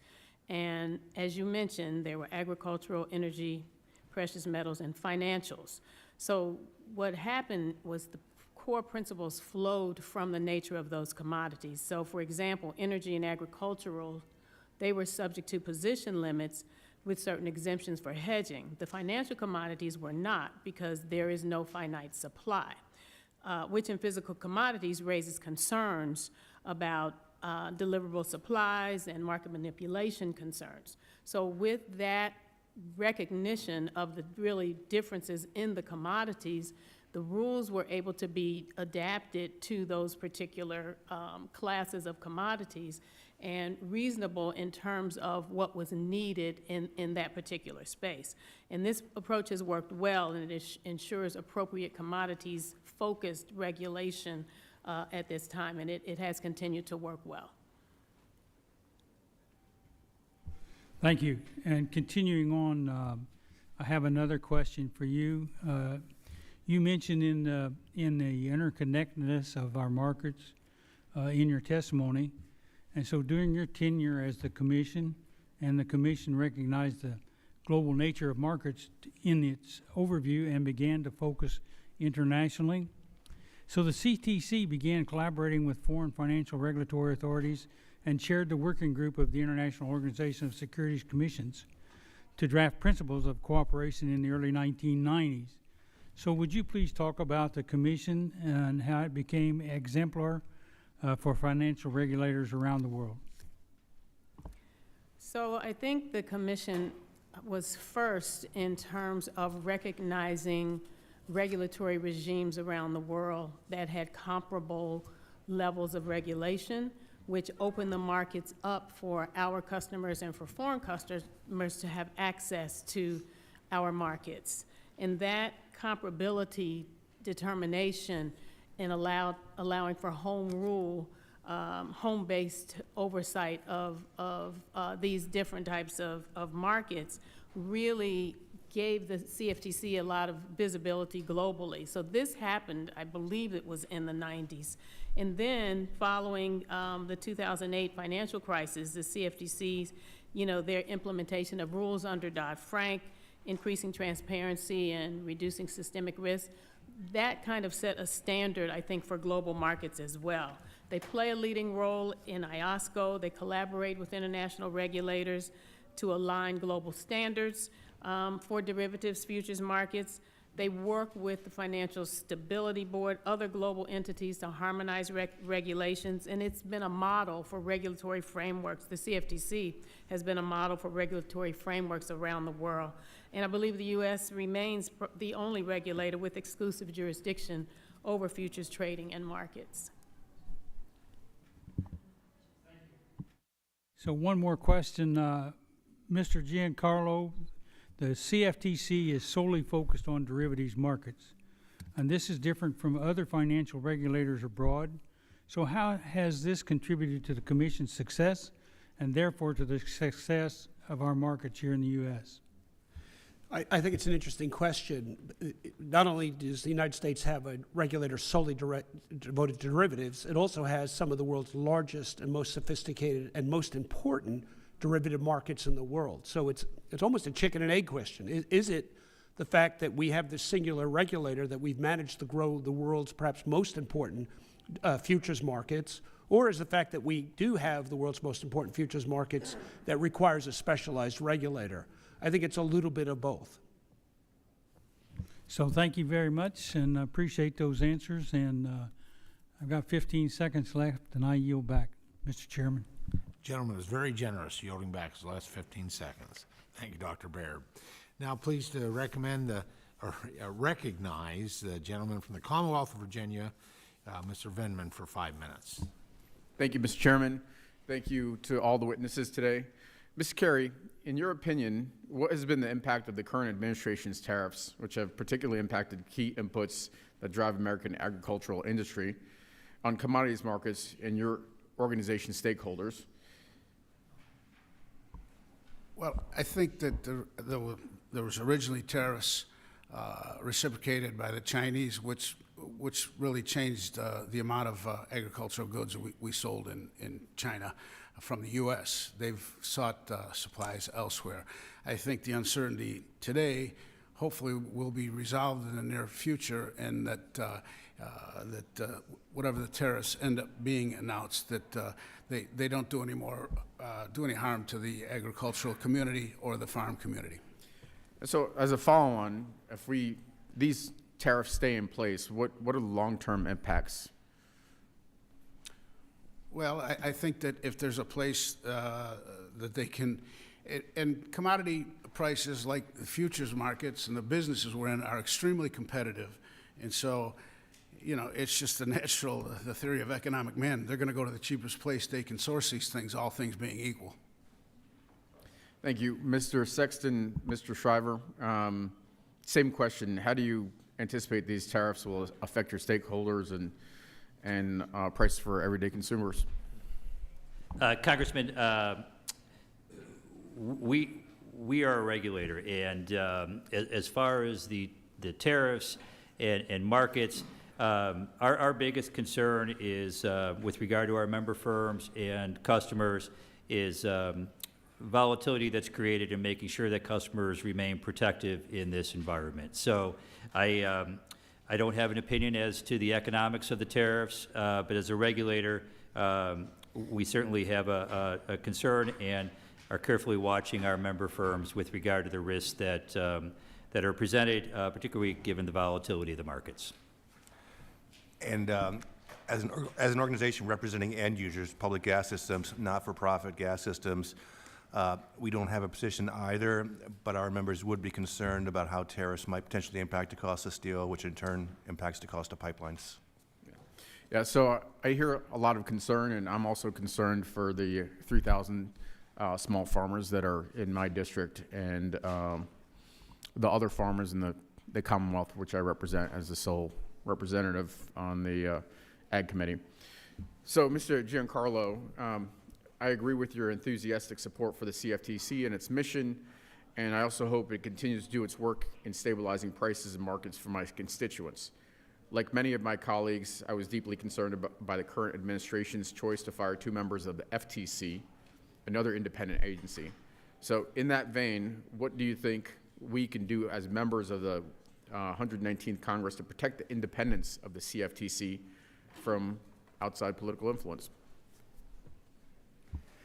I think it's critically important that this committee continue to provide the support that it's provided for the CFTC for its 50 years. And I think Member Scott put it very well earlier when he talked about the importance of adequately funding the agency, both for its existing duties, but also if this committee sees to give the CFTC greater jurisdiction over spot digital commodities, which was in the Fit for the 21st Century Act, I think funding that new responsibility is critically important as well. I think an agency that is adequately funded for its mission can carry on as it's meant to do, and I think the issue of political interference, in my experience as an equal opportunity employer, I served under both Democrat and Republican administration, under both President Obama and First President Trump, and there were efforts in each time by different White Houses to call some shots, and the agency successfully continued to do its mission in a bipartisan manner,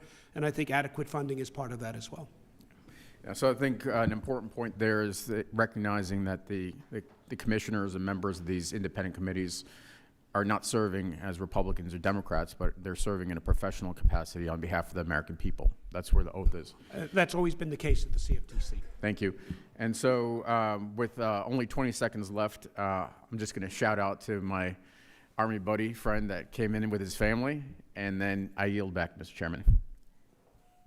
Thank the gentleman. Now recognize the gentleman from California, the rice farmer, the governor of Jefferson, Mr. Lamalfa, for 5 minutes.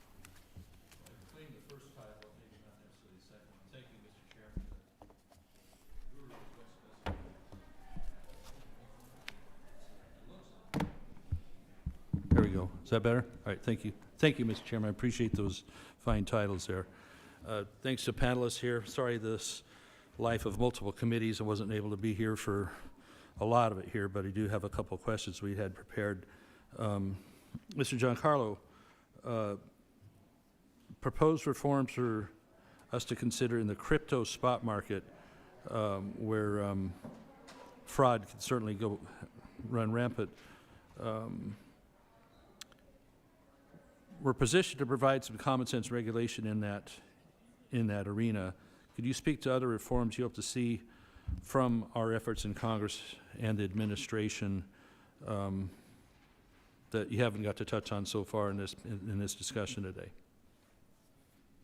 Well, I do want to speak to the, if I may, speak to the issue of fraud in crypto markets. There's no question that fraud in spot markets is an issue, and I think it's a reason why we need proper regulation. But, you know, we at the CFTC, along with 50 state governments, have been trying to root out fraud in some of the world's oldest markets, like gold markets, for dozens, if not hundreds of years, and the fraud still takes place. Unfortunately, the job of regulators is one of cops and robbers, and we do our best as cops when the robbers figure out something new and they get a step ahead, and our job is to stay a step behind, not 2 steps behind. And so the notion that there's any magic bullet to fraud in any financial market is sadly just not true. As long as there are human beings with proclivities toward fraud and abuse, there will always be a need for regulation, and that's just the case. And so sometimes people will point to crypto and say, well, there's so much fraud. Well, there's so much fraud in some of the old, every crime show I see on TV, the bad guys always have suitcases full of cash. And so that's always the case, and that's why good cops on the beat will always be necessary and adequate funding. I do think, as I said earlier, however, that crypto is really going to turn out to be a new architecture of the ownership and the transfer of things of value. And it's going to change in the same way that digital photography has changed everything we know about photography in terms of usability of those photographs. In the same way, digital architecture has changed everything we know about our money, about our banking relationships, about our ability to hedge our risk. It's all going to move to these new blockchain systems. And it's critically important that the United States have a champion in this. And there's only one agency that's demonstrated its ability to be that champion for a dozen years now. That's the CFTC. It's ready for this new challenge. And with the support of this committee, I think it's going to get it right. Thank you. Very, very good, complete answer. Thank you for that. Indeed, as long as people are people, we're always going to have to keep an eye on them. And only one step behind is, that's reality, just not 2. I like that. Thank you. Mr. Shriver, obviously our natural gas is incredibly important to our electrical grid and our energy needs in this country. And with the miracle of hydraulic fracturing, it's been so much more available the last 20 years that we're really fortunate. So, Mr. Shriver, as you represent America's public-owned distribution companies for natural gas, many are regulated by the CFTC. So how do these regulations help protect these important derivatives markets? Thank you for the question. It's critical that our members have confidence in these markets. They utilize these markets to protect their consumers from price volatility by taking positions in futures markets. They can protect consumers from swings in natural gas prices, especially during the winter heating season. As I mentioned previously, a lot of the changes in terms of transparency that came about through Dodd-Frank were very, very beneficial to our members. We strongly supported them. And we believe the CFTC has done a very good job in ensuring the integrity of the markets. Excellent. You know, Mr. Chairman, I'm going to leave it there. Thanks so much. I'll yield back a little extra time for a change. Appreciate it. Thank you, panelists. Gentleman yields back. Now please recognize the gentlelady from Connecticut, Ms. Hayes, for 5 minutes. Thank you, and thank you to all our witnesses for joining us today. The CFTC is unique in its position as a regulator. Unlike the Securities and Exchange Commission, whose mission is to protect investors and facilitate capital formation, the CFTC serves as, I would describe it as sort of a referee to reduce risks and unfair competition. The CFTC maintains orderly markets for physical commodities like agricultural and energy products, as well as interest rates, foreign exchange rates, and digital assets. According to the U.S. Energy Information Administration, roughly 41% of Connecticut households use home heating oil and 37% use natural gas. Connecticut has one of the most expensive energy rates in the country, and on average, residents pay $76 per month for heating oil and $39 a month for natural gas. Mr. Shriver, in your testimony, you discussed how risk hedging mechanisms provided by the CFTC help to protect consumers from price volatility. In your view, how would customers be impacted if community-owned gas utilities could not assess these risk management tools, and would customers of privately owned utilities be similarly impacted? I think they both would be impacted. Consumers would be subject to much more price volatility, and as we saw in Storm Uri, they would be hit by potentially backbreaking energy bills. We believe the derivatives tools that the CFTC, that the marketplace makes available and the CFTC regulates are critical to protecting consumers from price volatility. I think that's especially important, especially in communities where there are not many options. So whoever the provider is or whatever the services that are available, consumers just have to accept that. So if there's no oversight, management, input, regulation over those industries, it's the consumer who ultimately bears the brunt of it and just has to pay those services, because in a state like Connecticut, heating oil is not something you can just opt out of. That's correct. In cold weather states, consumers are even more, vulnerable. Our members are not for profit, so when prices get high, they call the mayor, and the mayor calls the gas system manager, and that's not a call he wants to get. So we're really focused on providing affordable and efficient natural gas, and these hedging tools are an important part of that. And when they can't get an answer from their mayor or their governor, they call me. The CFTC operates with about 700 employees and has been chronically underfunded, even as the market it oversees have expanded. To put it in context, since the enactment of the Dodd-Frank Act in 2010, funding for the CFTC has roughly doubled, while the value of derivative markets overseen by the CFTC has increased more than 16 times. Despite this, we've seen layoffs at the agency as part of broader layoffs instituted by the Trump administration. And additionally, there have been ongoing efforts to lobby Elon Musk to merge the CFTC and SEC and drastically reduce the regulatory power of the federal government. Back to you, Mr. Shriver. What would the impact of a diminished CFTC be on market stability, and would reducing resources to the agency be harmful, again, for energy consumers? APGA supports a well-resourced CFTC. We want a strong cop on the beat. Having a strong cop on the beat is important for our members to get them confidence in the marketplace, ensure there's transparency, protect them from market abuses, market manipulation. We believe the CFTC is uniquely positioned to regulate these important markets and support them keeping that role. I thank you, and I think we would all agree this is an area of common ground, that if we can weed out waste, if we can weed out fraud, abuse, and deliver more to the American consumer or the American people, I think it's all in our best interest. But yes. May I? You may. You mentioned talk about a merger.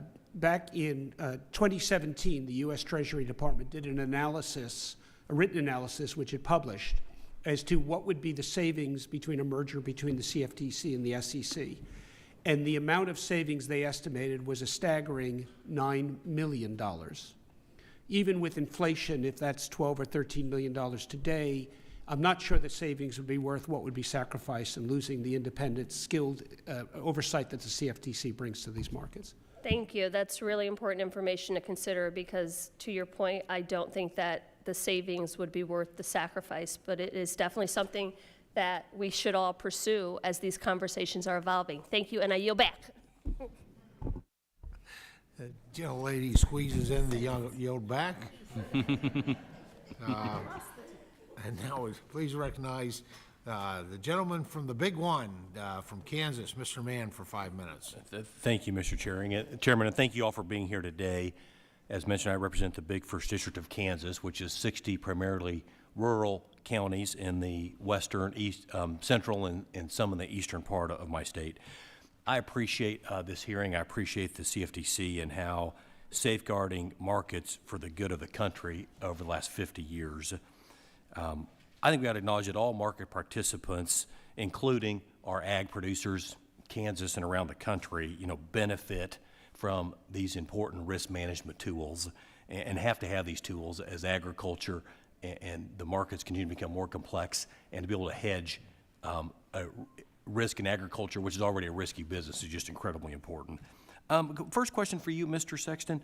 Can you tell us more about your enforcement and disciplinary process, such as the types and the number of cases that you bring in a year? I certainly can, and thank you for the question.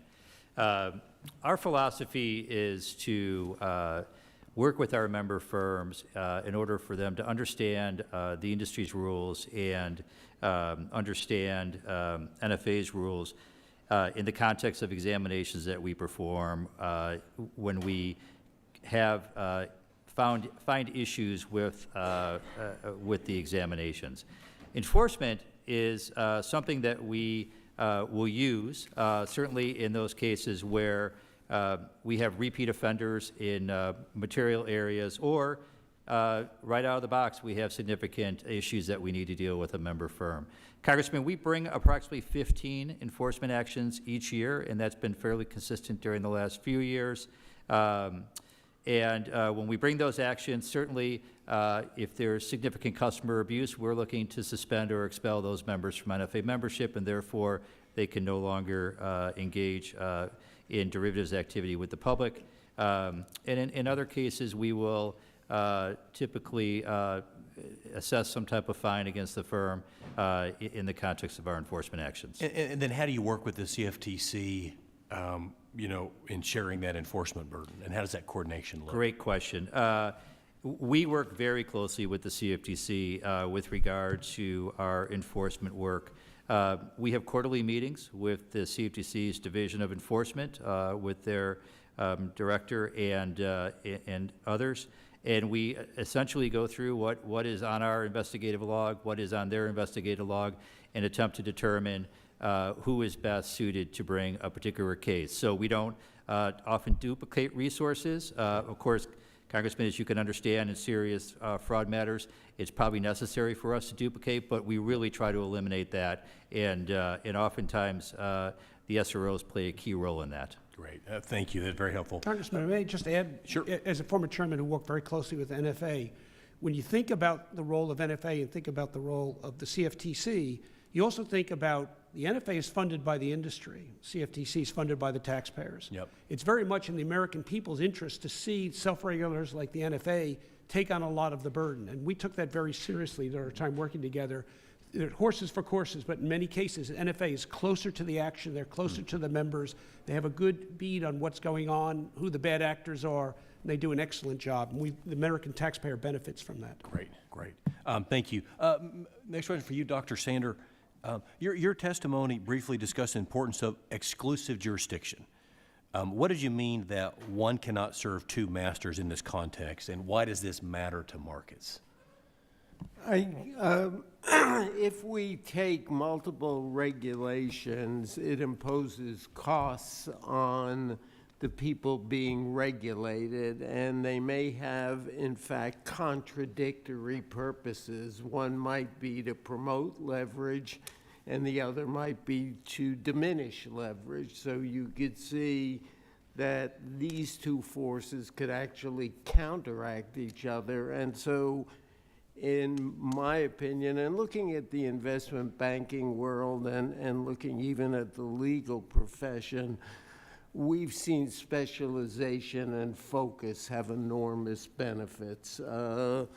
People who sold stocks couldn't sell government bonds, and Solomon Brothers was born because it specialized. The same thing with high-yield bonds, and the same thing with commodities. So in the finance world, I think specialization and single purpose really enriches the efficiency of markets, thereby benefiting the American consumer. Great. Thank you. Mr. Chairman, I yield back. Gentleman yields back. Now please recognize the gentleman from Alabama, Mr. Figures, for 5 minutes. Thank you, Mr. Chair. There we go. Freshman mistake. Welcome. I want to welcome all of you. The good thing about seeing me is it means that you're close to the end here. But thank you for hosting this hearing, Mr. Chair, and to our ranking member as well. Always begin these things by thanking my staff, as well as you guys as staff, to the extent that they help prepare you guys for being here. I want to extend my thanks to them. Mrs. Dow, and I guess I'll take this question kind of down the road, but Mrs. Dow, I know in your testimony, you explained that CFMA can help ensure appropriate market oversight without stifling innovation. And I want to talk about that a little bit, and why this commission is more well-suited for those innovative technologies. If we can just kind of go down the line. Well, we'll start with you, and then just kind of go down the line with others about that issue. Thank you. Thank you for that question, Mr. Congressman. What was important, I think, in adopting the core principles flexible approach to regulation was it built in a mechanism for reasonable discretion on the exchange's part, which meant that the CFTC, their interpretation wasn't the only way to comply. And this actually worked well because it was the onus on the exchanges to explain why their particular product or rule met the requirements of the Act.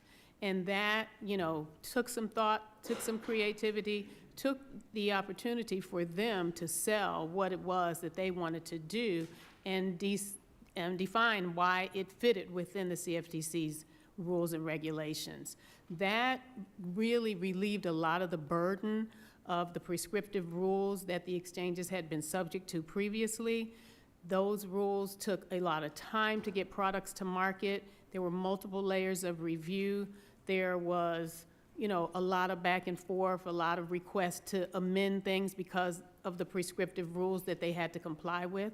So this really opened up the door and opportunity for exchanges to meet the requirements in a number of variety of ways that ultimately allowed the markets to grow, allowed them to innovate, and allowed them to be more competitive and available to, the markets that, the end users who needed to use those markets for hedging and price spacing. And I'll open it up to any other panelists that would like to address that.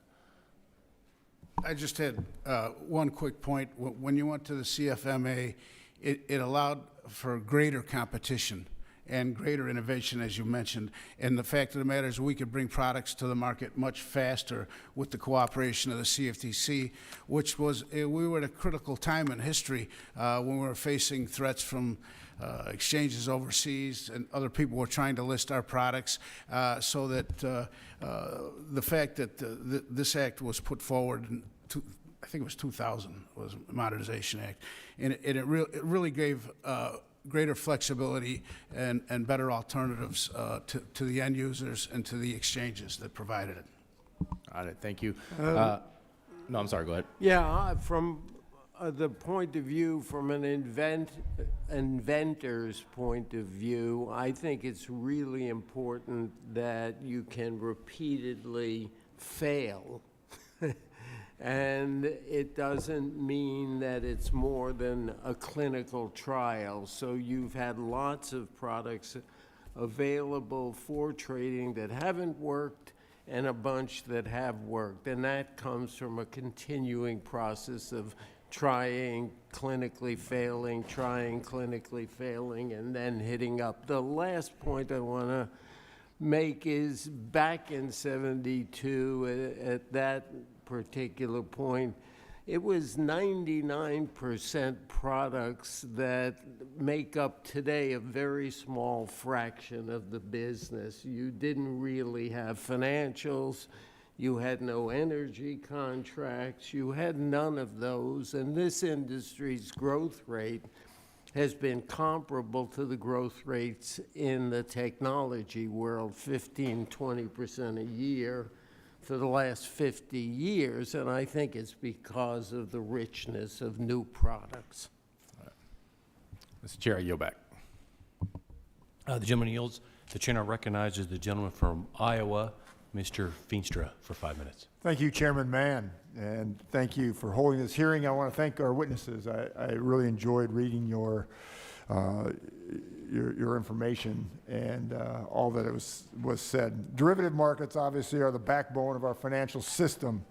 The American farmers and ranchers use derivative markets as a vital way to avoid risk or to manage risk, and they do that in their inputs and outputs, their price discovery, their financial allocations. And the CFTC provides, obviously, the role to protect these markets, ensuring oversight, integrity, transparency in the marketplace. What I want to talk about, which is very important to Iowa in the 4th District, second largest ag district in the country, right behind Congressman Mann, is carbon credits. This has been a hot topic in my area over the last year and a half. Obviously, voluntary carbon markets provide a promising opportunity for our farmers, ranchers, and our forest owners to access new income areas, voluntary adopting practices that cater to the different markets.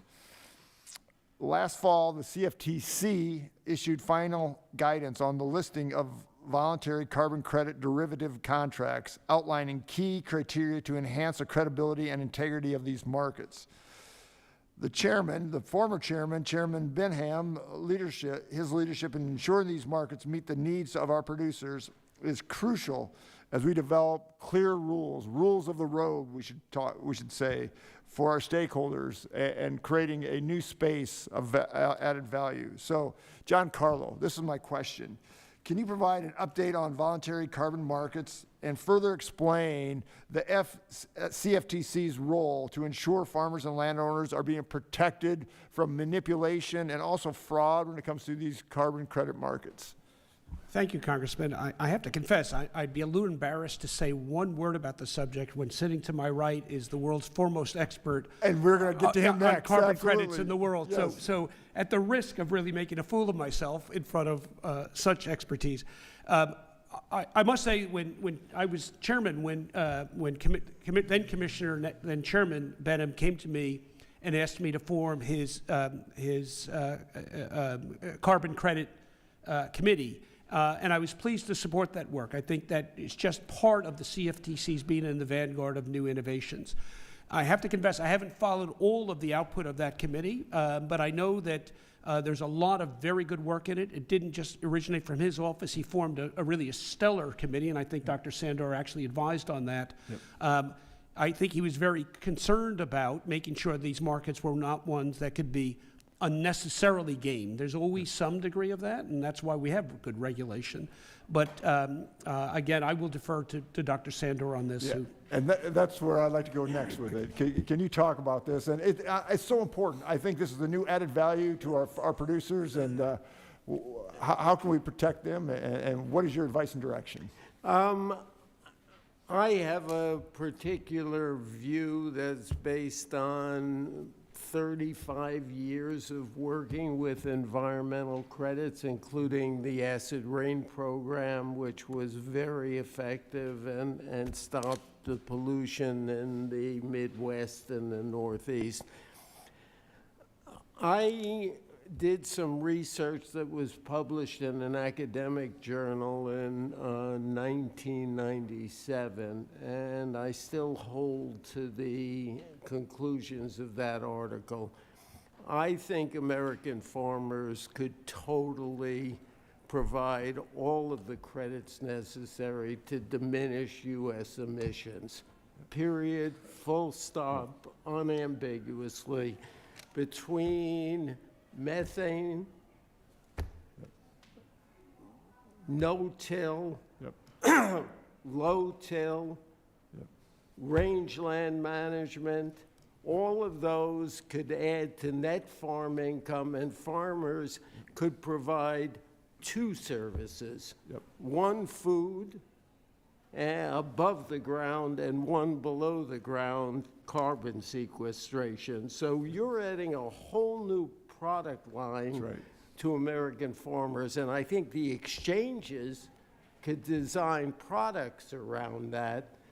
And I particularly believe that not only new and obvious products like computing power for AI, I think you could design a futures contract that would guarantee net farm income. I agree. And it's so important. Thank you for both of you. My time is run out, but it's just a hot topic, and it adds value for our producers. They're excited about it. Thank you, and I yield back.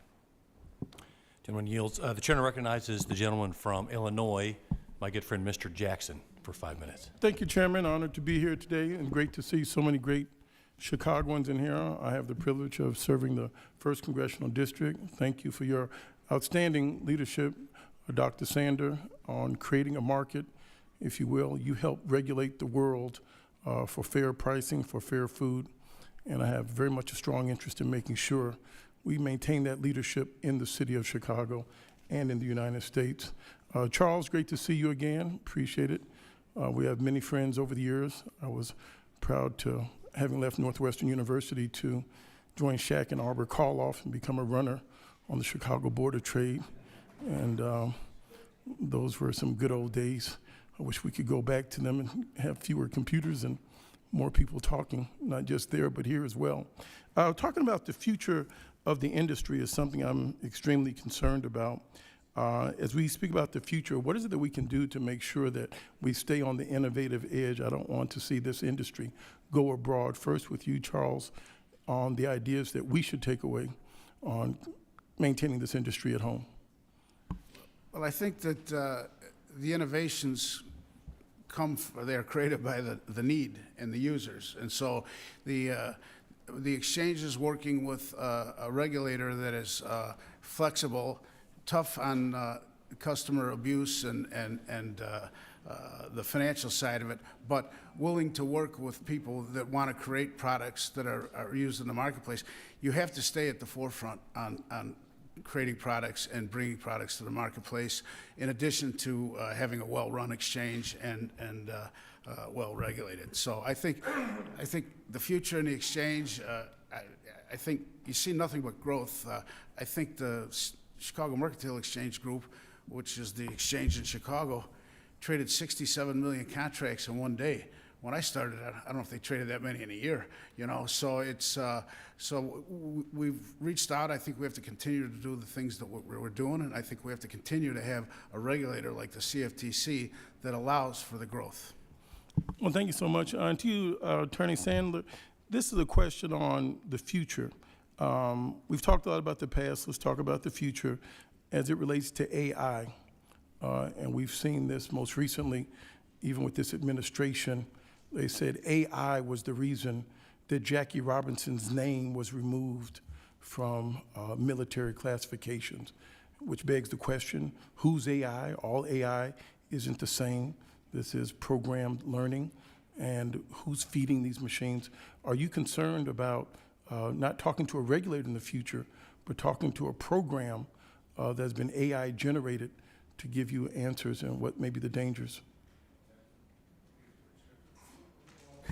Yes, to be blunt, we've had discussions. We think there are benefits, but we also think there are risks. And I think that it does require some human intervention to make sure mistakes aren't made like that. And AI is going to do a lot of functions extremely well and create tremendous benefits, but it has to be overseen or basically spell checked or whatever you want to say, so things like this don't happen.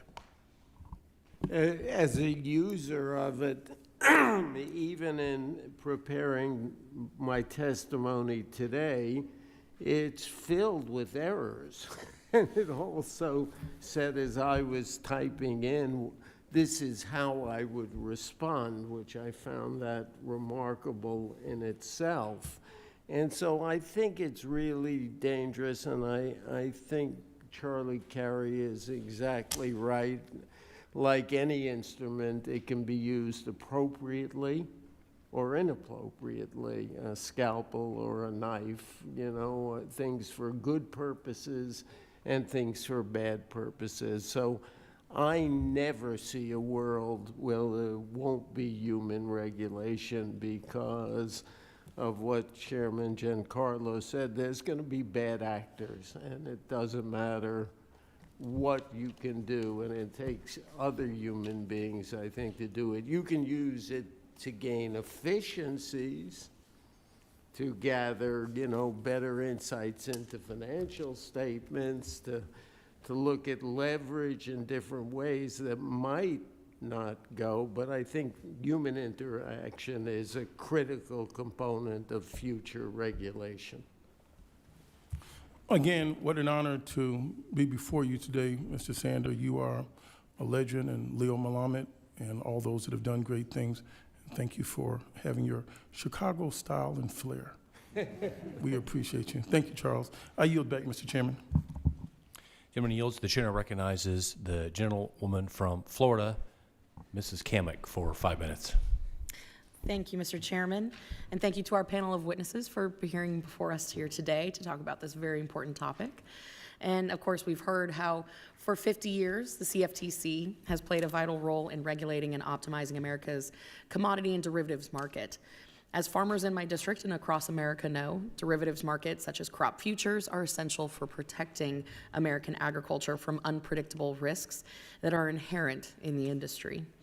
But to make these markets work, greater transparency and trust between brokers and farmers is necessary to keep our farms profitable and to feed America.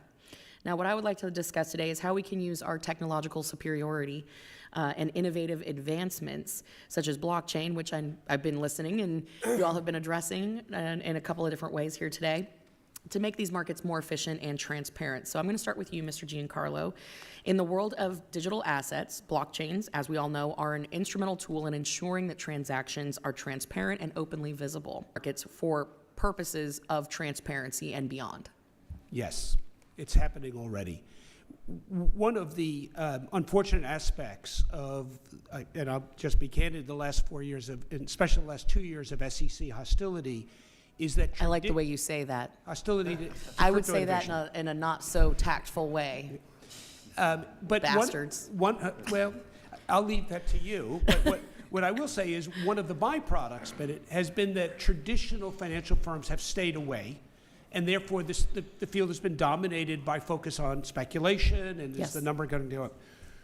Now that there is in fact a more welcoming approach, what I'm seeing in my work is traditional financial firms are moving in a big way. And they're bringing with it their traditional notions of safety and soundness, of doing things properly, of building out systems, industrial grade capability. They're moving into, they recognize this as a new technology, and they are going to adopt it for some of their most core systems, from settlement to clearing to payments. This is going to become ubiquitous. And now the grown-ups are coming into the space in a very big way. And that's going to be good for the United States. It's going to be good. We need to modernize our system. We go around the world, you find out a lot of our traditional payment systems and otherwise are antiquated. Yes. We have fallen behind. We need to jumpstart this. Fortunately, we've got a new technology that allows us to do it. So I'm very excited about what this means.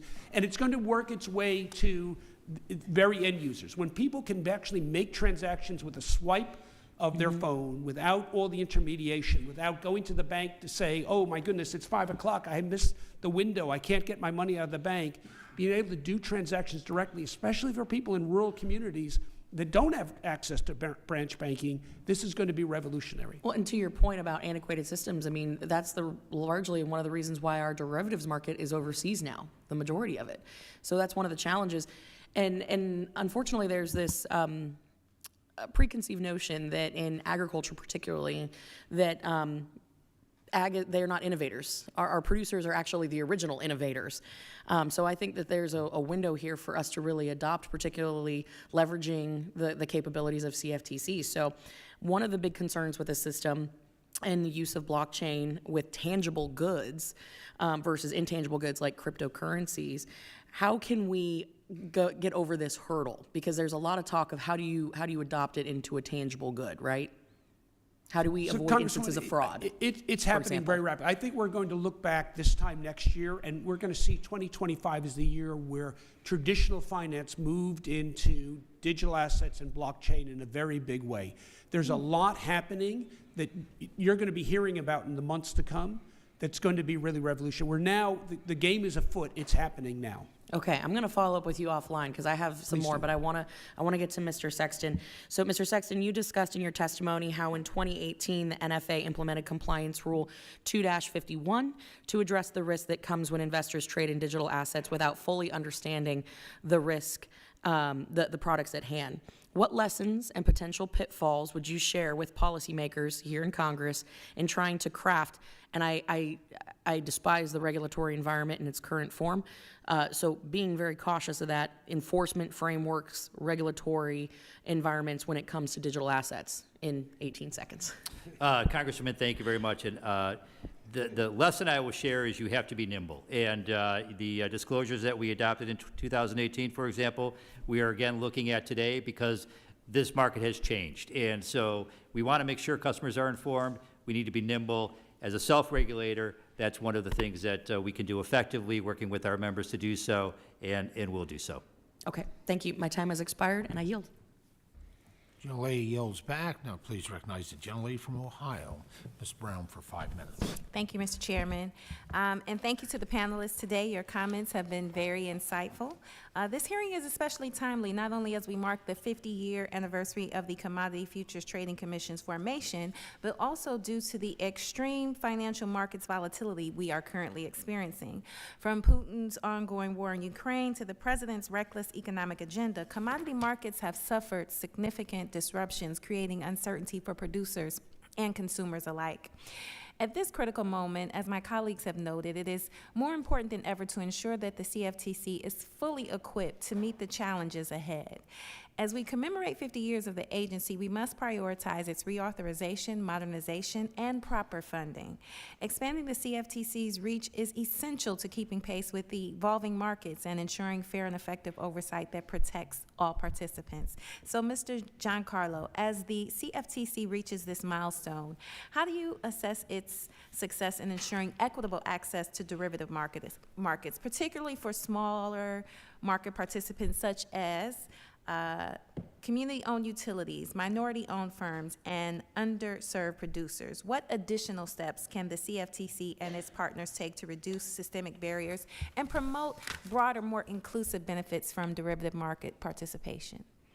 Thank you for that, and thank you for your remarks about adequate funding. I will say I have been a consistent champion for adequate funding for the CFTC under both Democratic and Republican administrations, and continue to believe that is the case.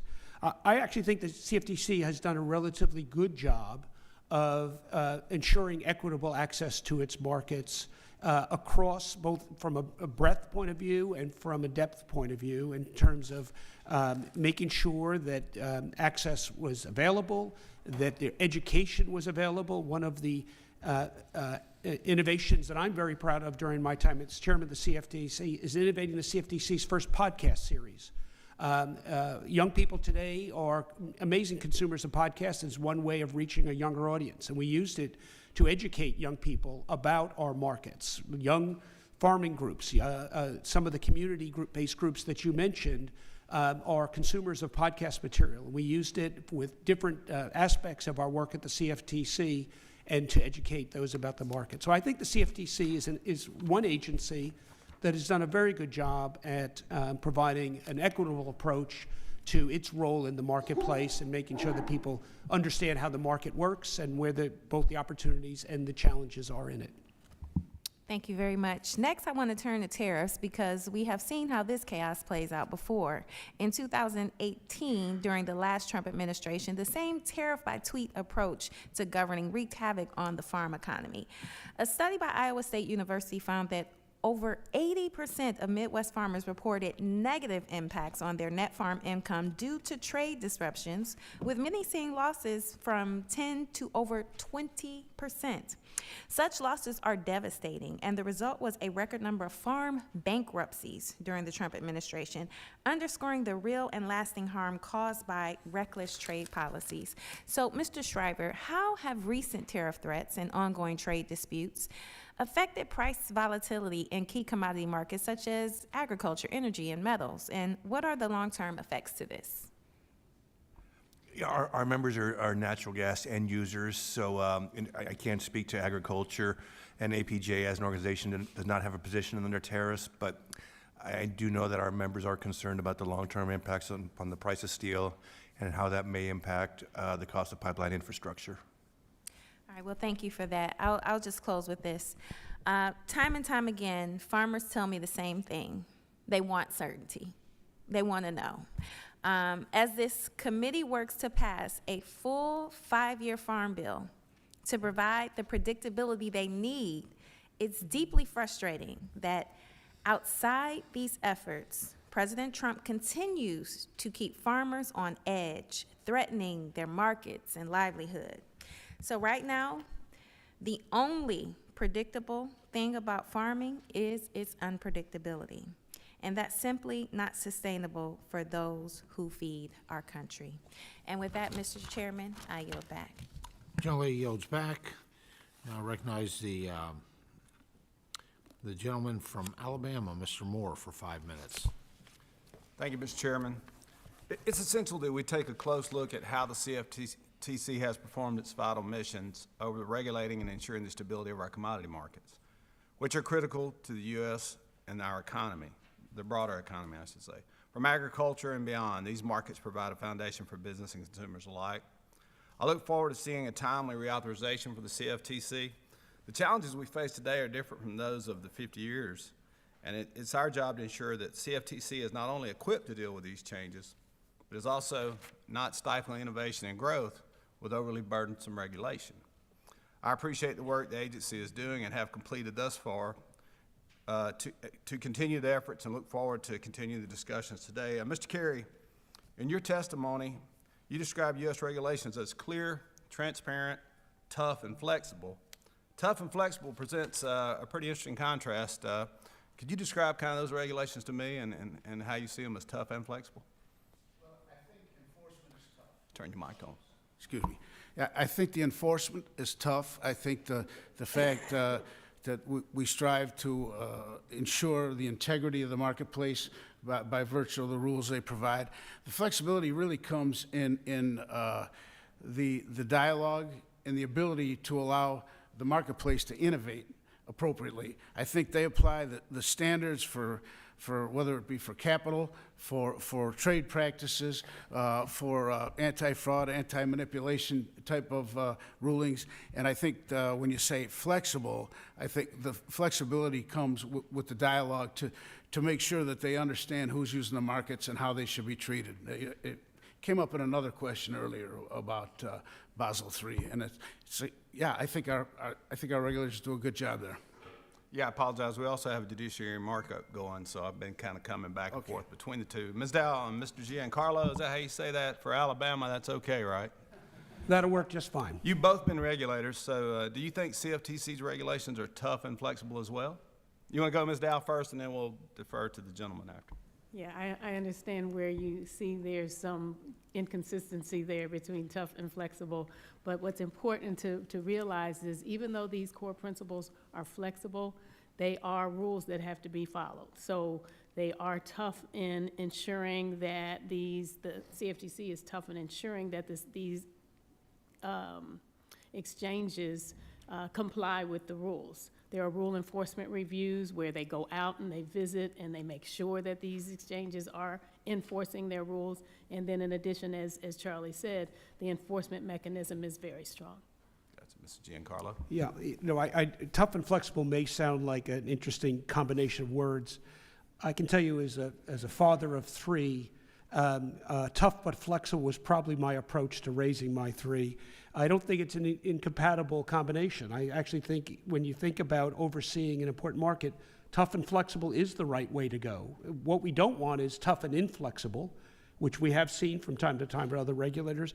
And what we don't want is flexible but not tough. So I actually think it's the right combination for a regulatory body to have, and it's the one that the CFTC has long championed. It kind of sounds like guardrails in a sense to me a little bit. But so, Mr. Giancarlo, I had a follow-up question for you as well. Could you talk about the role of innovation on our derivatives and kind of how that plays out? Yeah, there's no question that we have global competitors, and Mr. Carey talked about that. Some of the markets in India and China are enormous in size, and they are very much trying to replicate our success in some of our ag markets. So we have to keep innovating. The American way is always to innovate ourselves to the future, ahead of the competition. I think innovation is our critical edge. They can copy what we were successful. We need to keep moving into new areas and keep them more than one step behind, but 10 steps behind. I think innovation is the future of this industry. We've talked about digital assets, we've talked about events contracts, we've talked about new versions of old-lasting contracts with different sizes, different settlement dates. Innovation is what's given us the edge, and innovation will be what keeps us having an edge going forward. Very good. Mr. Shower, is that how you say your name? You associate, or you represent America's publicly owned natural gas, I guess, and I think we have some of those in Alabama. Yeah, Tell me a little bit about how those members gain access to the derivatives market. Absolutely. And has the CFTC regulations been able to help protect you, or have they been more of a hindrance? I guess that's a... They've been a great assistance to our members, ensuring the integrity of the markets, and we do have a lot. I think we have over 80 systems in Alabama. They take their football seriously. Our members rely on these markets. They need these markets to protect their consumers from volatility, and with changes that have been made, they have integrity, and they have confidence in the market's integrity. Very good. Mr. Chairman, I'll yield back. I'm over time. Gentleman yields back. Now please recognize the gentlelady from Texas, Ms. Dela Cruz, for 5 minutes.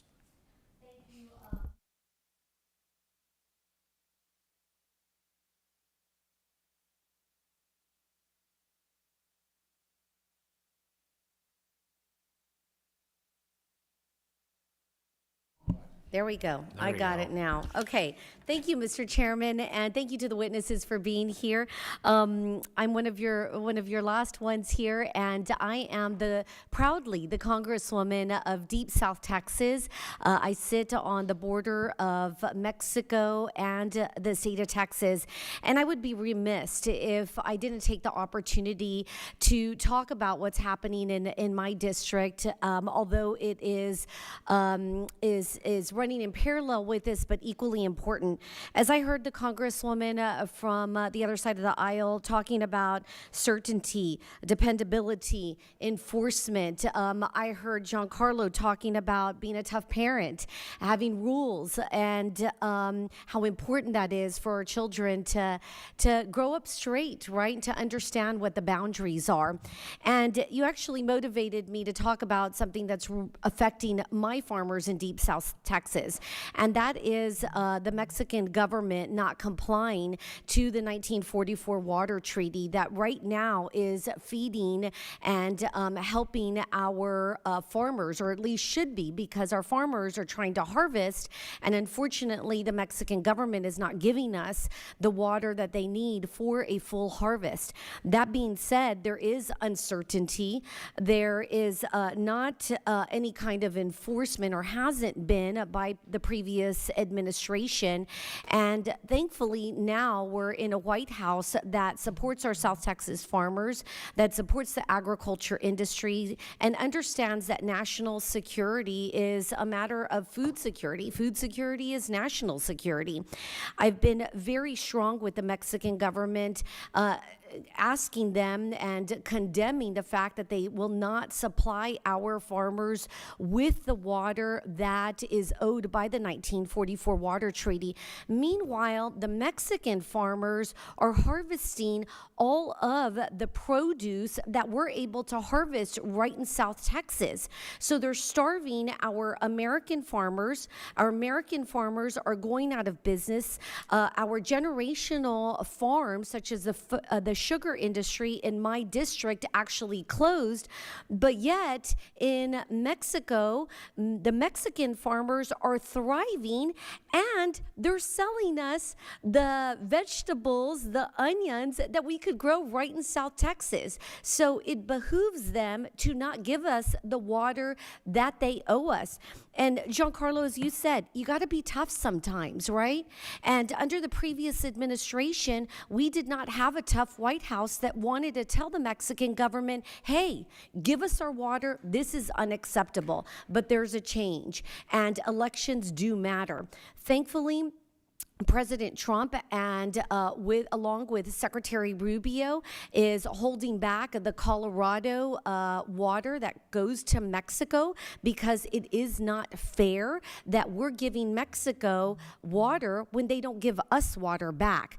And we have made a statement to say this is no longer going to be acceptable, and the new White House will not tolerate this type of disobedience and bad behavior. That being said, I'll focus onto the topic at hand, and I'll ask Mr. Carey, you've been around the markets that the CFTC regulates for many years, and could you talk from the perspective of both as a trader and as an executive, what it is like to work with and in a market overseen by the Commission?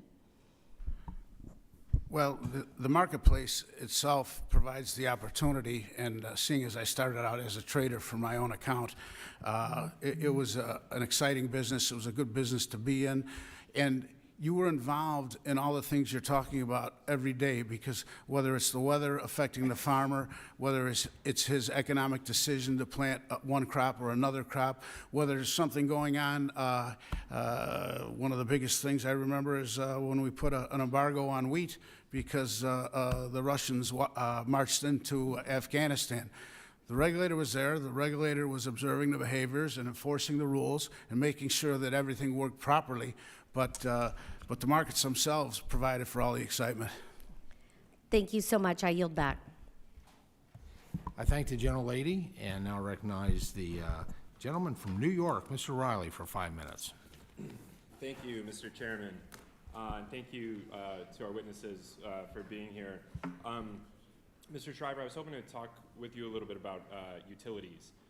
After reviewing your testimony, I went to a diner in Marathon, which is in Cortland County, last week.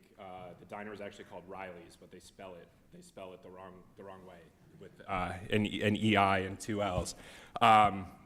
And I was sitting down with the mayor, and we were talking about all the issues around the area. And the one thing that everybody tells me about, pulls me aside on the street to talk to me about, is the utility prices are way too high. Gas prices, electric prices, way too high. NYSEG, Central Hudson in the region. And the mayor in Marathon let me know that they have municipal electric and gas. And he said that people are really happy with it. They're paying a lot less. They're getting a lot more than the utilities in those surrounding areas.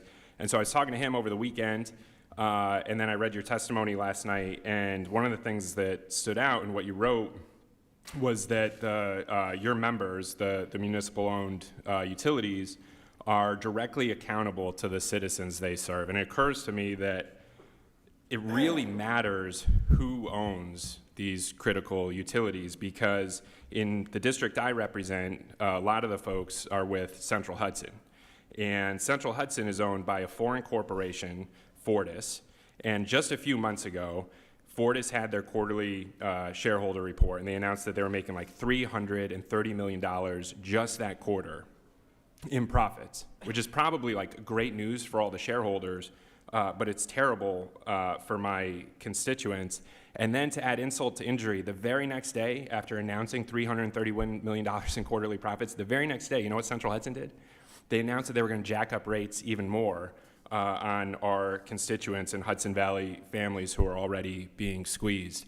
My district is 11 counties, and most of the rest of the counties are served by NYSEG, which is also owned by a foreign corporation, Avangrid.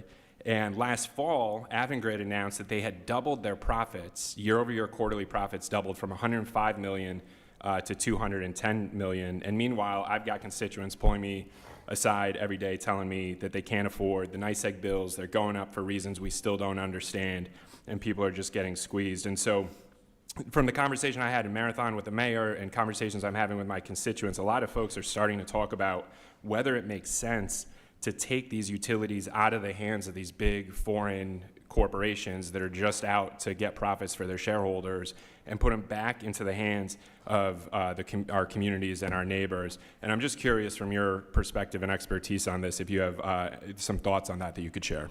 Thank you for the question. We believe the public gas system model has worked well.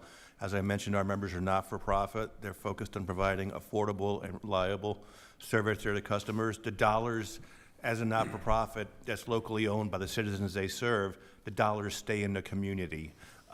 We believe local control benefits the community, benefits those who live in community. Decisions are made locally. So we think it's a very strong model. Great. I appreciate that. And Mr. Chairman, I promise you one of these hearings I'm going to figure out how to get the mic to work. This is my second time where I've done it, but I promise one of these I'm going to do it. I want to ask just the panel one thing, and anybody can chime in on this. This is something that's not historically been seen as a commodities issue, but I think it is now, and that's housing. And you know, I believe housing should be for homes, for families. And what we're seeing instead across a lot of upstate New York, and I think a lot of the country, is Wall Street hedge funds coming in, gobbling up single-family homes, and then just squeezing them for profits. There's a study that MetLife Investment Management did, and it shows that Wall Street could control 40% of U.S. single-family rental homes by 2030. And what that does is it takes all this housing stock off the market. It jacks up the prices. I think that's great for Wall Street. It's really bad for folks across upstate New York who are trying to buy their first home. And so I think we need to ban Wall Street from buying single-family homes. I think we got to stop it.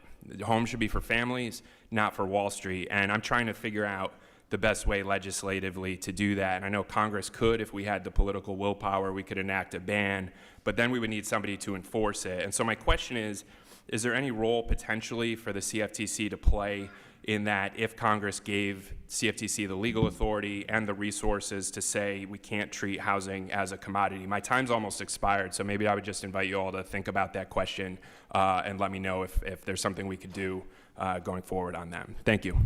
Well, I thank the gentleman, and I promise we won't add a third button for a speaker system. It's already too complicated for me. Which I hope not, because I do the same thing you do. Please recognize the gentleman from Indiana, Mr. Mesmer, for 5 minutes for questioning. Thank you, Chairman. Mr. Sexton, in your testimony, you draw specific attention to the new responsibilities of the CFTC and the NFA to regulate digital asset commodity markets. With the infancy and growing popularity of these markets, there's an urgency for Congress to get it right the first time if it builds out new regulatory framework. Last Congress, this committee worked to establish updated regulatory guidance through FIT 21 that really did set standards of transparency and stability. But there are other legislative recommendations that would have hamstrung innovation in the courts. While the courts certainly do have a role in disciplinary action, what are your concerns for America's leadership in digital asset markets should Congress fail to guard the industry from regulatory slowdowns and lengthy non-disciplinary litigation? Thank you for the question. Just going back to FIT 21, Congressman, we had the opportunity to testify before the House Financial Services Committee with regard to FIT 21 and recognize the joint effort of this committee and that committee in formulating that legislation. We thought that FIT 21 was critical in that it addressed many of the customer protections that have been in place for the regulated derivatives market for years. Everything from customer asset protection, risk disclosures, capital requirements for firms, certainly anti-fraud, and recognizing that if we're going to build a model for centralized marketplaces going forward with regard to digital assets, that was key to addressing many of those customer protection concerns. I would advocate that if Congress is going to move forward again, and it should, then many of those customer protections should be included again in any new legislation that is taken up. Okay, thank you. Mr. Sandor, I just came over here from an Ed and Workforce hearing, and I think there's a interesting nexus between this committee and the conversations we're having this morning. You mentioned your teaching career in your testimony and the importance of human capital to derivative markets.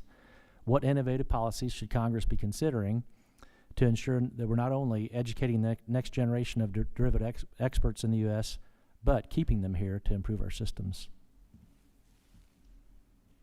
Yeah, as somebody who's spent 60 years teaching, it's a question that's really close to my heart. I think to the extent that we can make education affordable, that it's critical. I'm the product of state schools, undergraduate and graduate, and I think they perform an enormous role. And I think that to the extent that you and the elected members of the House and Senate can act, it is to keep up the land grant and support of state-based universities that provide access to education at affordable costs that is not necessarily available anyplace. So I firmly believe that that's the key in providing human capital, and believe that that's the future of the United States. It's an invention and inventive activity, and that comes from an educated workforce. Thank you. As a graduate of Purdue University, Indiana's land-grant university, I appreciate that comment. And with that, I'll yield back the rest of my time, so don't stand between the rest of you and lunch. Gentleman yields back. Please recognize the gentleman from Tennessee, Mr. Rose, for 5 minutes. Thank you, Chairman Thompson, and I want to also thank Ranking Member Craig for holding an important hearing, and particularly thank you to our witnesses for taking time out of your busy schedules to be with us here today for this hearing. Mr. Schreier, in your written testimony, you discussed the importance of the CFTC's ability to detect and deter market distortions. Can you expand a little on how CFTC's ability to detect and deter market distortions helps lead to more stable energy prices for consumers? Thank you for the question. Yeah, if you go back, look at what happened in 2006, I believe, with Amaranth, in terms of the impact that had on natural gas prices. We believe having a strong cop on the beat, and the CFTC is that strong cop, especially with the reforms that came out of Dodd-Frank. It gives our members confidence in the integrity of the marketplace. It helps them make the best decisions they can to protect their consumers from price volatility by using the tools the market affords. Thank you. Mr. Sexton, or I'm sorry, Mrs. Dow, you ended your prepared testimony by highlighting the importance of guarding against systemic risk. In your opinion, do you believe the CFTC has sufficiently addressed the systemic risk that cybersecurity threats pose to our derivatives markets? So thank you for that question, Mr. Congressman. I would not be able to speak to what they've done in terms of risk on the cyberspace side, but I do know that the Commission regularly engages with other regulators, foreign and domestic, as well as the industry, to stay on top of and abreast of all kinds of developments, and particularly on the cybersecurity space. So I would expect that the CFTC has done the job, done the work that needs to be done to ensure that they're prepared for any cyber risk that might come their way, but I'm sure others on this panel may have more information on that front. All right. May I speak to the question? Yes. During my time as chairman of the agency, we estimated that we were subject to constant cyber attack trying to penetrate our systems. I don't remember the exact figure, but it was something 1,000 attack elements a day and that's the CFTC. The attack surface of the federal government is enormous. I recently published a piece, which I've shared with the White House, I'd be delighted to share with this committee, advocating that the president exercise powers granted to him under the U.S. Constitution that were first used by James Madison to authorize John Paul Jones to retaliate against British shipping that was raiding American. These attackers, these cyber attackers, often cases are state-sponsored, often sponsored by South Korea. And I think it's time we go from defense to offense and use the awesome technological capability that we have in Silicon Valley to fight back, and we could use these letters marked available under the Constitution to authorize our technical capability to fight back against these cyber hackers that are costing us billions of dollars in lost revenue, in cyber protection costs. It's something we really need to take up in the United States. Let me follow up on that, and I'll open this up to the panel in the time that we have left. Does the CFTC have access to the staff and expertise that it needs to protect the space? Again, I can speak to that because when I was chairman, I tried to recruit some of the best talent to come to the CFTC in this area. These are people that can make millions of dollars in compensation in Silicon Valley and Wall Street. We're trying to recruit them to the CFTC for, hundreds of thousands. And we've got to appeal to other things other than money and others to come to government. So it's always a struggle. I don't want to say the resources aren't there. I certainly don't want to give our adversaries any indication of any vulnerability, but just candidly, it's always a struggle for government agencies to have state-of-the-art people that have that type of cyber defensive capability because of the compensation structure. And let me, just in the time we have left, Mr. Giancarlo, can you talk about the role of innovation in our derivatives markets and how it leads to a larger variety of products or bespoke products that provide better opportunities for market participants to hedge risk, and what has allowed this innovation to be experienced? When I was preparing my testimony, I did a quick analysis of the size of U.S. markets. We're still some of the largest, but we're no longer the largest. Some of the markets in India and China are larger. But what we have that no one can compete with is our innovative capability, our ability to produce new products that attract an audience, that attract a usage, that attract people who have risk and see in these products ability to mitigate that risk. That really is our edge, and we need to maintain that edge going into the next 50 years. Thank you. My time's expired. I yield back, Mr. Chairman. I thank the gentleman from Tennessee. Now please recognize the gentleman from Iowa, Mr. Nunn, for 5 minutes. Well, thank you, Mr. Chairman, for holding what I think is a very important hearing today. We've got a great panel in front of us. Your expertise plays a crucial role in helping both our farmers and our small business guys. As the guy from Iowa, it is much appreciated. We all know how hard it's been for farmers across the country. I'd like to start by discussing the commodities market. Since its inception, the CFTC has reliably partnered with our nation's farmers to provide effective risk management.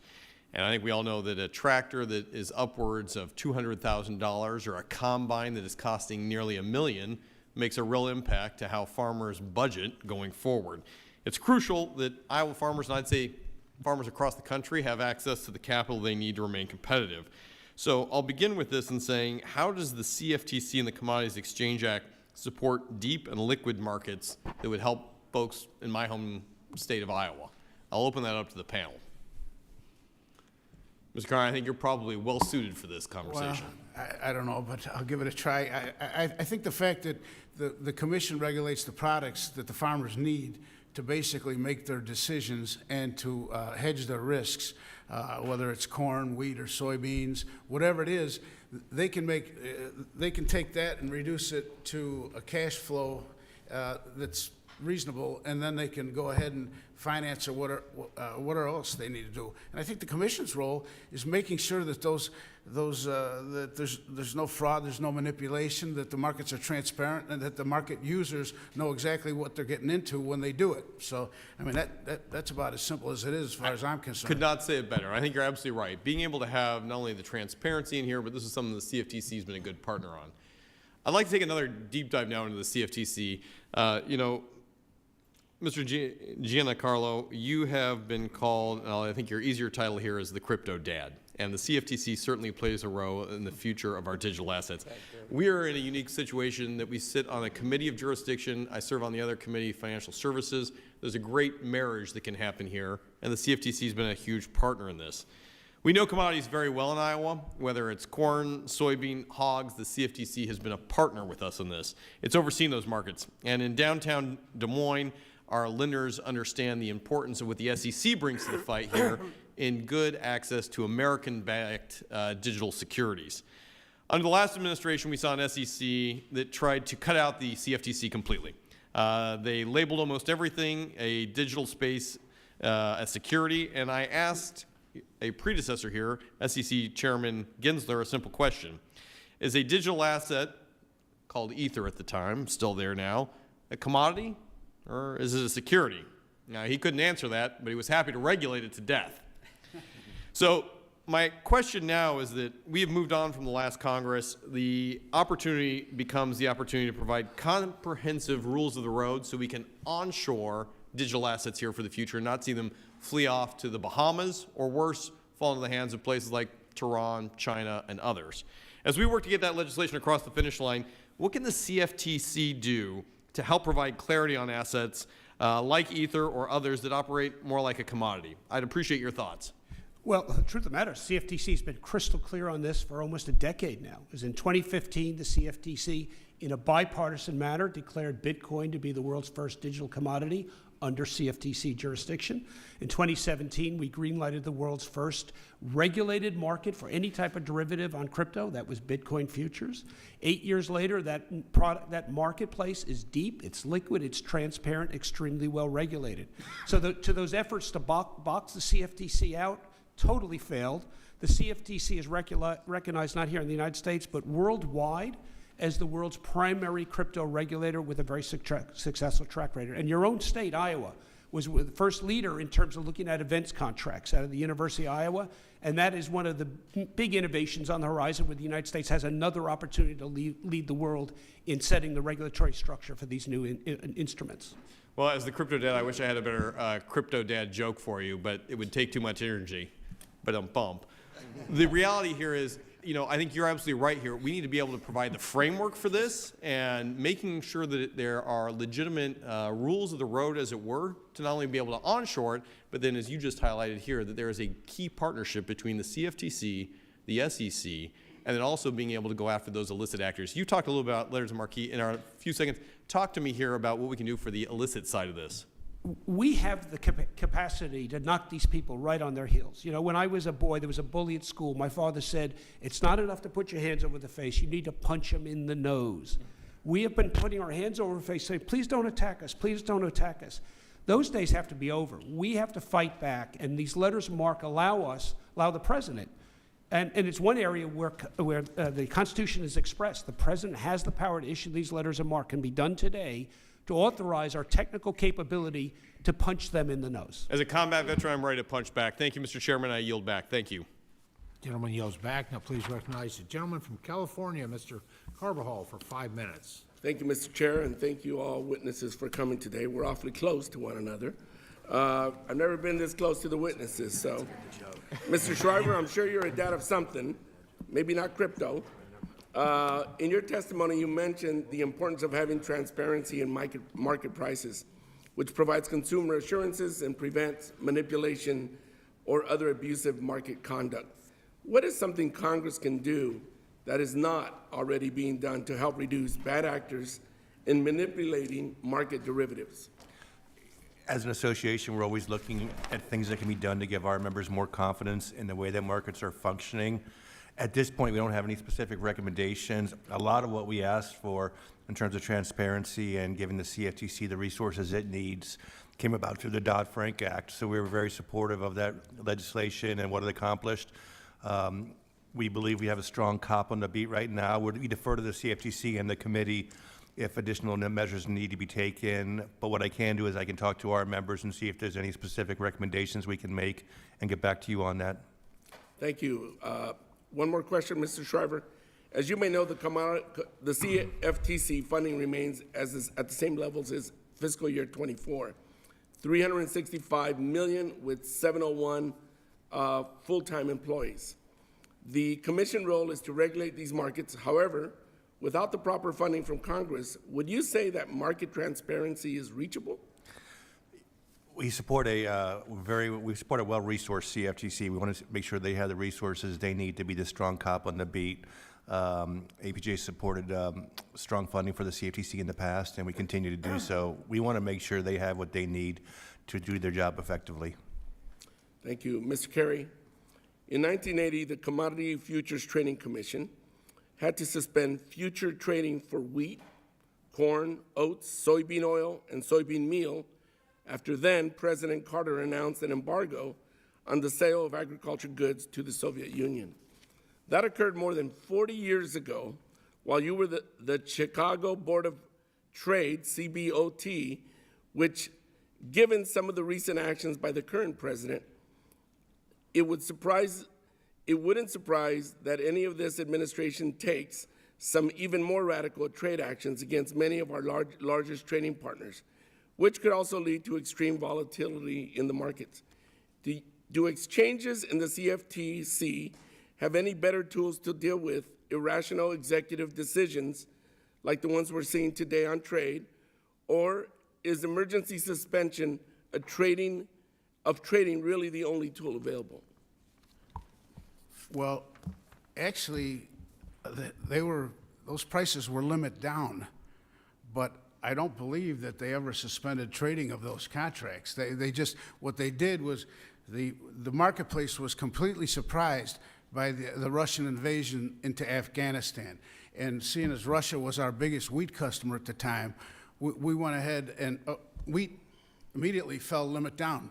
Corn also did, but after that, the markets recovered and they traded, and so I don't believe that we suspended trading in those contracts.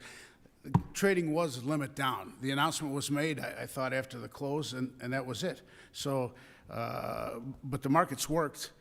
Supply-demand worked. It was a shock to the market, and the market absorbed it. But and it took a price adjustment for people to determine where they wanted to trade the price of a bushel of wheat or a bushel of corn. Soybeans came back immediately because we didn't sell that many soybeans to Russia. They bought our wheat. So everything, the fundamentals or the supply demand was reflected in the marketplace, and the commission regulated and the Board of Trade regulated it. So are you sure emergency suspension of trading didn't occur? Well, it's just yes or no. I'm going to have to go look myself to make sure if I'm right or wrong. So okay. I'm asking you. So I know that the markets were limit down, but I didn't think that. I could be mistaken, okay. But I don't think they were suspended. But I might be mistaken because I was trading the markets actively. So I didn't think. I think it was just limit down because of the effect of supply demand. Thank you. You made me second guess myself. Now I have to go look to see if I was I could be wrong too. You know. Thank you very much. With that, Mr. Chairman, I yield back.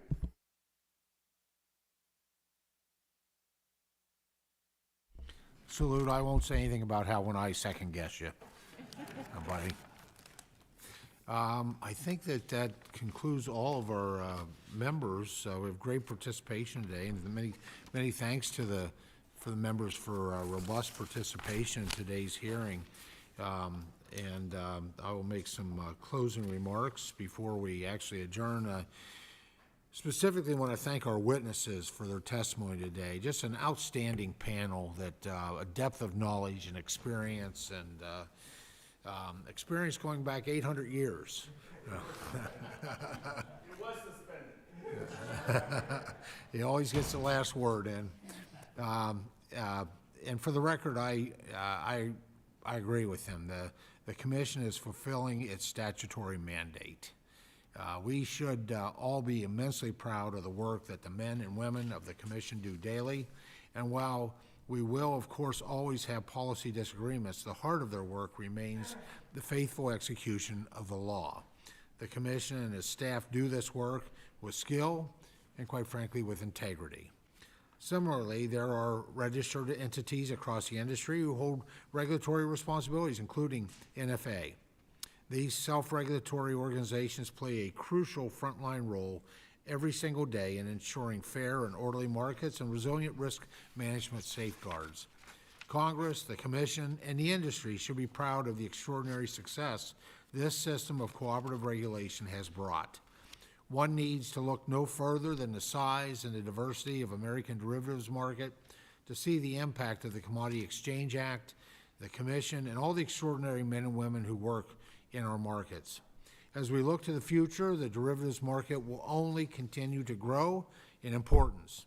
The rise of digital assets, artificial intelligence, and evolving global markets will present new challenges. But if the past 50 years have shown us anything, it is that the Commission and derivatives industry are more than capable of innovating to meet those challenges. So, as the Commission approaches its 50th anniversary, I want to congratulate the incredible and talented staff and members of the Commission, both past and present, and all of the hardworking Americans across the derivatives industry on this milestone. You have built an institution worthy of our trust and our confidence. Under the rules of the committee, the record of today's hearing will remain open for 10 calendar days to receive additional material and supplementary written responses from witnesses to any questions posed by a member. This hearing of the Committee on Agriculture is adjourned.